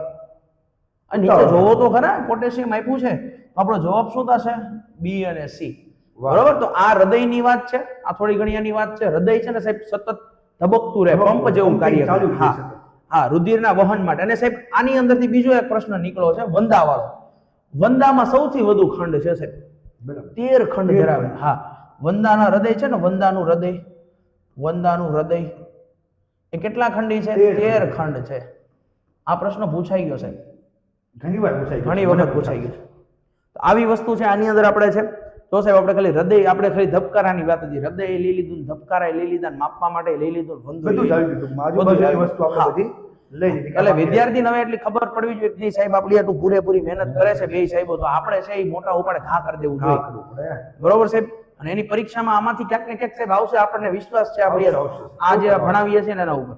ચલો ઠીક છે સાહેબ, હવે 4-5 પ્રશ્નો રહ્યા છે, ઝડપથી લઈ લઈએ. ચાલો, નાગરિકતા વિશેનો સવાલ છે સાહેબ કે ભાઈ આપણે ભારતીય નાગરિકતા જે છે એ ક્યારે સમાપ્ત થઈ જાય? બરોબર. તો નાગરિકતા સમાપ્ત કરવા માટે સાહેબ 3 પ્રકારની રીતો આપી છે. ઓકે. મેળવવા માટેની 5 રીતો છે. ભાઈ ભારતની નાગરિકતા મેળવવી હોય તો એની 5 રીતો. 5 ઓકે. કઈ કઈ છે સાહેબ હું અત્યારે જણાવતો નથી, એના માટે તમારે મારી સાથે જોડાઈને રહેવું પડશે. બરોબર, કારણ કે સમાપ્ત કરવાની 3 તો અહીંયા આપેલી છે. પણ નાગરિકતા કયા ભાગમાંથી માત્ર કહી દઉં છું. આપણા ભારતના બંધારણના ભાગ 2 ની અંદર ઓકે, અનુચ્છેદની વાત કરીએ તો અનુચ્છેદ સાહેબ 5 થી લઈ અને 11 સુધીમાં નાગરિકતા સંબંધિત જોગવાઈઓ કરવામાં આવી છે. એ સિવાય નાગરિકતા સુરક્ષા ધારો વર્ષ 1955 નો ધારો 55 ઓકે, એની અંદર નાગરિકતા સંબંધિત જોગવાઈઓ 100% કરવામાં સાહેબ આવી છે. અહીંયા માત્ર એવો પ્રશ્ન પૂછ્યો કે સમાપ્ત ક્યારે થઈ જાય? સમાપ્ત, પૂરી કરવાની વાત જે છે એક તો સ્વયં ક્યાં કરા. ઓકે, હું કહી દઉં પોતાની તરત રીતે જો મૂકી દે કે મારે ભારતનો નાગરિક કે જે તે દેશનો નાગરિક નથી રહેવું, તો નાગરિકતા સમાપ્ત થઈ જાય. ઓકે. બીજું છે વિદેશી નાગરિકતા ગ્રહણ કરવાથી. કોઈ વ્યક્તિ વિદેશમાં જાય ને એ દેશની નાગરિકતા સ્વીકારી લે, હા, તો આપણા દેશની ફરવા જાય તો નો થાય છે, ફરવા જાય જાય તો નહીં થાય. બરોબર, પણ નાગરિકતા સ્વીકારે બીજાની છે. ઓકે. અને વંચિત કરી દેવાથી, એટલે કે જો કોઈ વ્યક્તિને નાગરિકતા આપવામાંથી આપણે વંચિત કરીએ તો પણ આપણી નાગરિકતા જે છે શું થઈ જાય? સમાપ્ત થઈ જાય. તો આપણો જવાબ છે સાહેબ અહીંયા શું આવશે? ઉપરના બધા જ જે છે વાહ ભાઈ વાહ સાહેબ આવશે. હવે નાગરિકતા મેળવવાની 5 રીતો છે, કહી દો ને સાહેબ ઝડપથી. કેવા માટે? હાલો કહી દઉં. સાહેબ બોલે છે એટલે કહી દઉં. સૌથી પહેલા છે સાહેબ જન્મ દ્વારા. ઓકે. જો આપણો જન્મ ભારતમાં થાય ઓકે તો આપણને નાગરિકતા મળી જાય છે. ઓકે. બીજું જે છે સાહેબ એ છે વંશ દ્વારા. ઓકે, એટલે કે આપણો વંશ વેલો જો આયા ભારતનો હોય, મૂળ ભારતનો હોય, જન્મ થયેલો હોય તો મળી જાય છે. ત્રીજું જે છે સાહેબ છે નોંધણી દ્વારા. ઓકે. નોંધણી દ્વારા એટલે કે આપણે ભારતમાં અમુક સમય રહ્યા હોય, એની ક્રાઇટેરિયા છે એને ઊંડાણપૂર્વક આપણે જોતા નથી, અને એટલો સમય ભારતમાં રોકાણા હોય પછી આપણે ભારતમાં નોંધણી કરાવીએ તો આપણે ભારતની નાગરિકતા મળી જાય. 100% સાહેબ. પછી ચોથું છે સાહેબ દેશીયકરણ દ્વારા. દેશીયકરણ. ઓકે. અથવા એને સાહેબ પ્રાકૃતિકરણ કહેવાય. પ્રાકૃતિકરણ. બરોબર, એટલે કે 11 કે 14 વર્ષ જેટલો સમયગાળો જો તમે ભારતમાં ગાળ્યો હોય તો તમને ભારતની નાગરિકતા મળવા પાત્ર છે. અને પાંચમું જે છે સાહેબ એ છે પ્રદેશના સમાવેશ દ્વારા. પ્રદેશ સમાવેશ. ઓકે.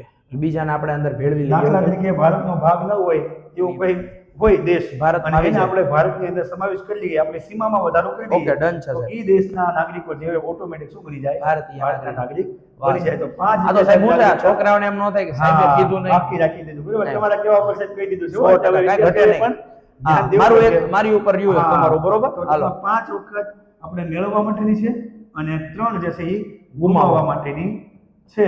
તો આ જે છે એ નાગરિકતા છે. વાહ ભાઈ બરોબર? વાહ, ચાલો. કાંઈ ઘટે નહીં. હાલો. નીચે પૈકી કોણ વનસ્પતિના પ્રાજનનિક અંગો છે? કેવા અંગો છે? પ્રાજનનિક. હવે વનસ્પતિની વાત છે સાહેબ, આની અંદર પણ છે પ્રજનન થાય છે. વનસ્પતિમાં પ્રજનનના 2 ભાગ ખાલી વાત કરી દઈએ. એક છે લિંગી પ્રજનન અને બીજું છે અલિંગી પ્રજનન. જેની અંદર બીજની જરૂર પડે, બીજની જરૂર પડે એ કેવા કહેવાય? લિંગી કહેવાય. અને અલિંગી તો કે બીજની જરૂર પડતી નથી. તો સાહેબ કઈ રીતે થાય? તો કે પર્ણ દ્વારા થાય.